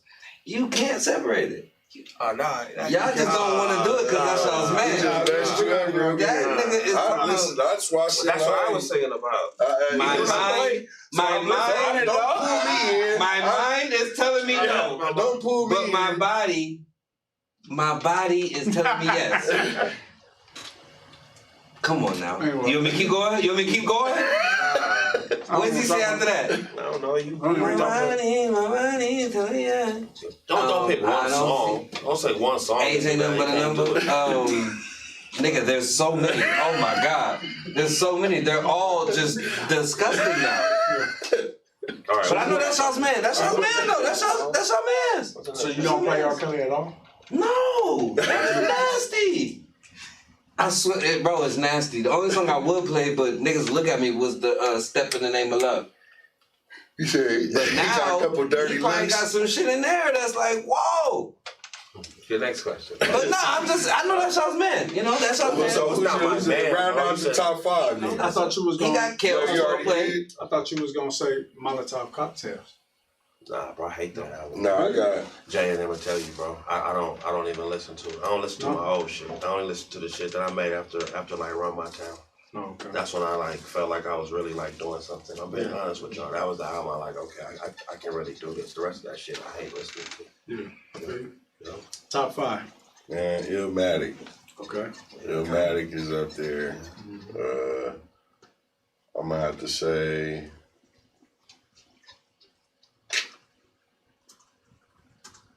shit for the time. I like the Quimini. Yeah. Yeah. When that came out. Yeah, Quimini was hard for sure. Shit. I gotta go with Biggie's double album. Life After Death. Okay. Yeah, that's in there. Yeah. What's that, 3? That's 3. Yeah. All right, 4, I'm gonna have to say Kanye's first album. Late Registration. Okay. There you go. Nah, was that the College Dropout? College Dropout. I'm sorry. You're right. Nah, well, yeah, College Dropout. You're right. It Yeah, I like that. Yeah. That was dope for when it came out, man. That shit like changed music. That was hard for sure. You know what I'm saying? Who else? Man. You said Silk? Let me see. I got a lot of music in my head, man. Give us your R&B one. You want to use Kels? Nah, I ain't fucking with R. Kelly. No, let's do 4 in the R&B. It don't gotta be Kels, but just give us an R&B. You know what? For me, man, that first Mobb Deep album. Okay. I was banging that tough, man. That was one of mine. Like, not their first album, but the Infamous. That's their second album. Yeah. Okay. You know what I'm saying? The Infamous album. If you had to name an R&B one, what's your favorite R&B album? I don't have a favorite R&B album, man. I like the old school stuff though. Okay. You know what I'm saying? I'm not playing no Joe or none of that. No. None of that. My mind is telling me no. Bobby Womack. But my body is telling me yes. Baby, I don't want to hurt nobody, but there is something that I must confess. What does he have to confess? I don't see nothing wrong with Little Bump and Grind. Where was I?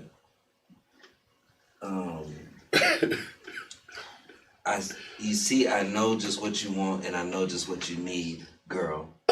So baby, bring your body to me. I'm not fooling around with you. Baby, my love is true with you. None of this just sounds weird to y'all now. When you say it like that now. No, when you say it like that, it does. It's creepy. Just because you made it him, though. Okay. Come on. No, you know what was weird? When I went back I can and do this listened with all his songs. When I went back and listened to 12 Club, he got a song there talking about, I like the crotch on you. Bro. I like the crotch on you. I was listening, I said, wait. We was really singing that? Bro. Hey, Ronnie DeVoe said. It seems like you're ready. Ronnie DeVoe said, backstage, underage. I heard that. How you doing? Fine. She replied. Yeah. While the action took place. Yeah. Hey man. He confessed. That's He the said confession it. right there. He said it in the years later. I'm sitting this shit for 20 years, right? Yes. I was the other day, that shit playing. I said, backstage, underage, and my daughter's singing. You know, my daughter be rapping this shit. And I'm like, adolescent. I'm like, how you doing? I said, what? Yeah.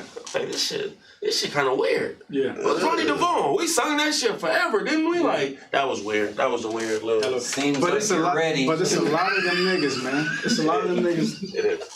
Yeah, back then. It is. You know what I'm saying? With the, Is she really ready? Killing her. No. Okay. It seems like she's ready. I could go on and on about those guys. That's. Y'all definitely could just listen to Usher. He has more hits. Has more hits than who? Kels. But knock it off. You said who has more hits than Usher? Are you high behind them? No, I'm not. Usher got more hits than R. Kelly. Shout out to the 2000s. Tuck says it's creepy because you reading it with them creeper glasses. 12 play in itself. What does 12 play mean? Sounds creepy. What about that 12 guy? Is that guy? Was that guy in your shirt creepy? Yes, a little bit. If it was true, we know this shit was true. Would you wear? I don't know if this is true. Y'all would know. But this you is y'all's time. You would wear an R. Kelly shirt, but you wear a Michael Jackson shirt. I don't know if it's true. Is it true? Tell me it's true. Hey, I'm just asking. I mean, we don't know, right? I wasn't there. We know what Kels was on. Yeah. 12 play. What does 12 play mean? I never. He tells you in the song. Tell us. Tell us. Y'all tell us. Lyrics, you tell me. Okay. All right, I'm just saying 12 play. Then everything starts to sound creepy. That's all I'm gonna throw out there, y'all. But we're not even gonna do this. Cause that's y'all's man. That's you know what I'm saying? Yeah. Y'all got some nice albums. I like all those albums. They were all classic. I didn't know the Chronic 2000 wasn't classic. We didn't. That's not that what shit we said. was crazy.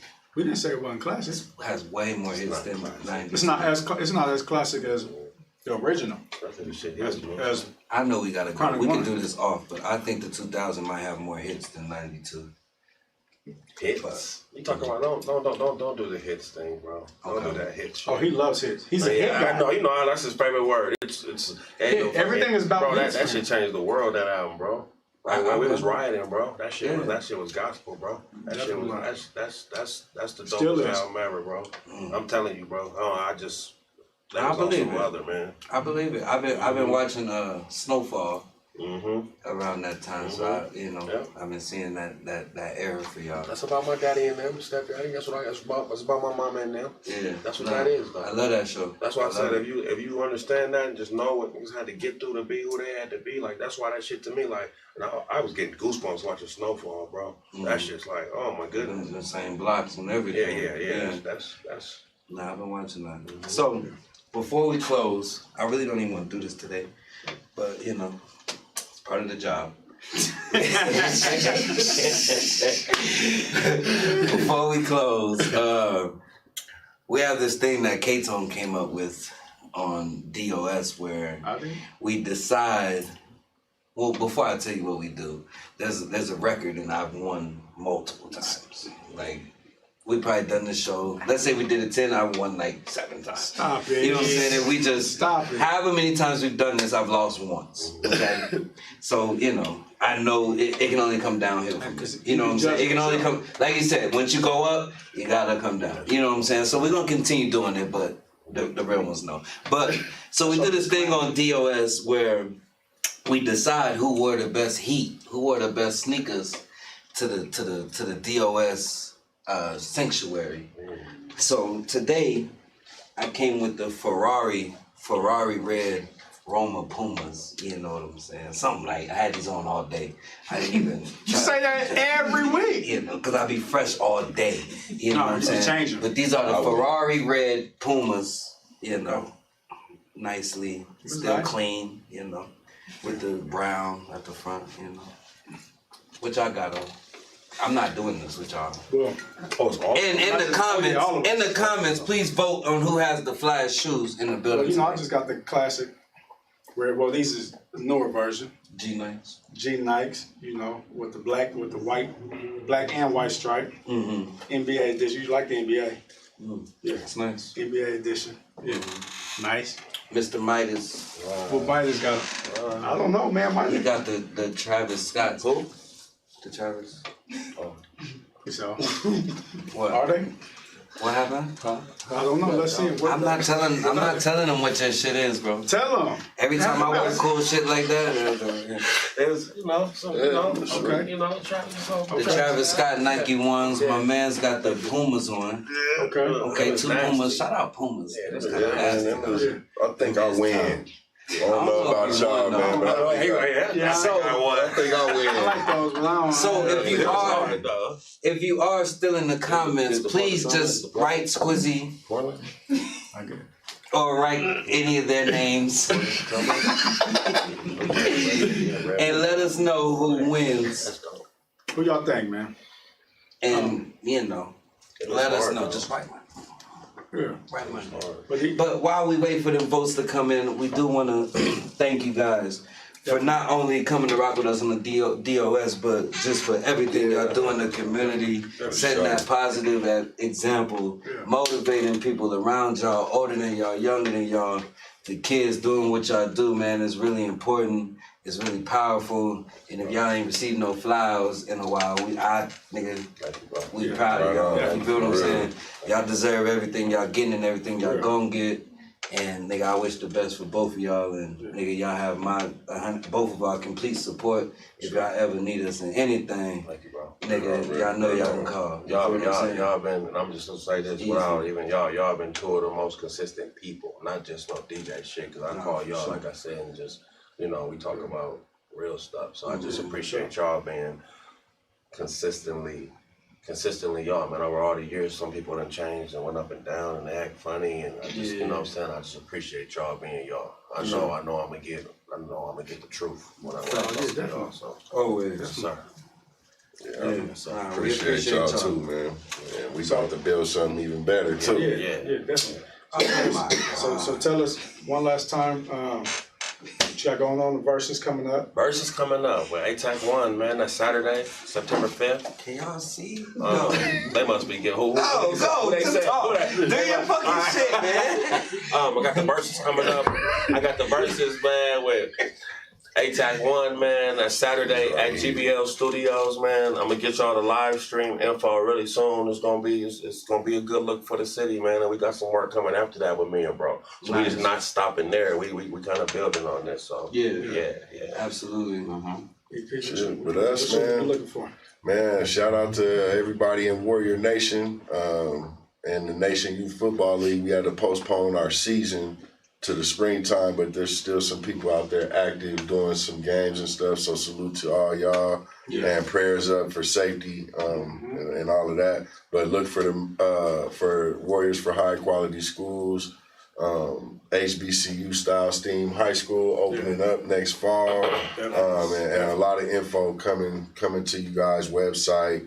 Mailers, all that kind of stuff. So be on the lookout for that stuff. Definitely. Facts. I want to give a quick shout out. I went to the flea market today. It's fucking lit out there. Go to the flea market. I'm gonna get everything from my crib there. Shout out anybody who's working at the flea market. I ain't been there since I was like 7. It's lit. Go to the flea market. I'm gonna get they got the sheets. We got plants. Everything you need is still at the flea market. Shout out to them out there getting their money. Salute. That's just real quick. Definitely.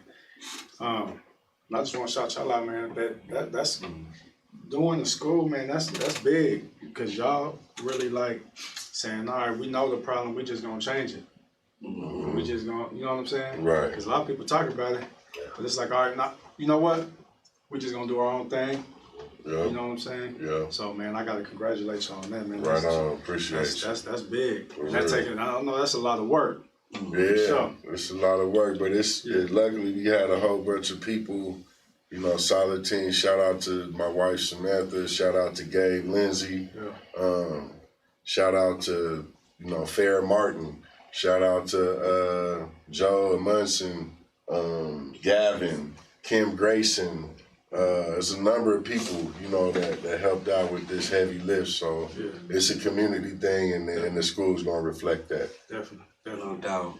As we wrap up, the results are a little biased. I ain't biased. We got 1 for Brandon, Midas, G Nikes or Midas, KTONE, Midas. Come on, man. I think Midas won. Midas won? We're gonna give it to Midas tonight. Yeah. What I win though? Nothing. You won. I want a fruit basket. You won the best shoot on the deal. I'm on here like shit. That shit look good the whole time. I'm over here like, oh really? Look, He was smacking on yeah, he was over here looking at just like Marco was and shit. Them apples look crispy. Like, man. My bad, man. Shout out to our sponsors. Make sure you watch what GBL is doing. They got a big announcement coming next week. Next week, I think it's next Monday. Next Monday, Labor Day weekend. They got a big announcement. Please tune in and understand what they're doing. Please hit them up for your recording needs, your studio needs, your video needs, your graphic needs, everything. Rock with GBL Studios. Big shout out to the Go Boys. They store officially reopening after COVID Labor Day weekend as well that Monday. So they coming back. Please support that black business, man. They got dope clothes, CBD products. They got their studio in there and everything you need as well. Support them. Shout out to AHRR Network for making it possible and allowing us this platform to have these great conversations and these great guests that we have today. So please support them. Go like, comment, and share this. And watch the other episodes that they got, you know what I'm saying, with not only our show, but all the other dope platforms that black people have going on. So support our network. Definitely. And I did a good ass job. You see, I just ran through all that, nigga. I'm here. You feel me? But yeah, support DJ KTONE with everything he got going on. And like that, we gone. Doobie Club. Doobie Club, go buy you something. Oh, did he cut it off? So for the City Fridays, make sure y'all too. Every Friday, wear something, support something, show some love to something going on in the community. Every Friday, highlight them on your pages. Hashtag for the City Friday. If you tag me and Tone, we'll repost it too and show them some more love. For the City Friday, support something, wear something, eat something, do anything for your community. Every Friday and show us some love. Provide your platform to help their platform. You feel what I'm saying? And support something before you ask us to support y'all. You know what I'm saying? Do that. You know what I'm saying? Before you ask us to just show up. You know what I'm saying? Help. Do something. You did. We're right back next week too. Yeah. Same time. We got, no. Okay. All right. No. We out. Yeah.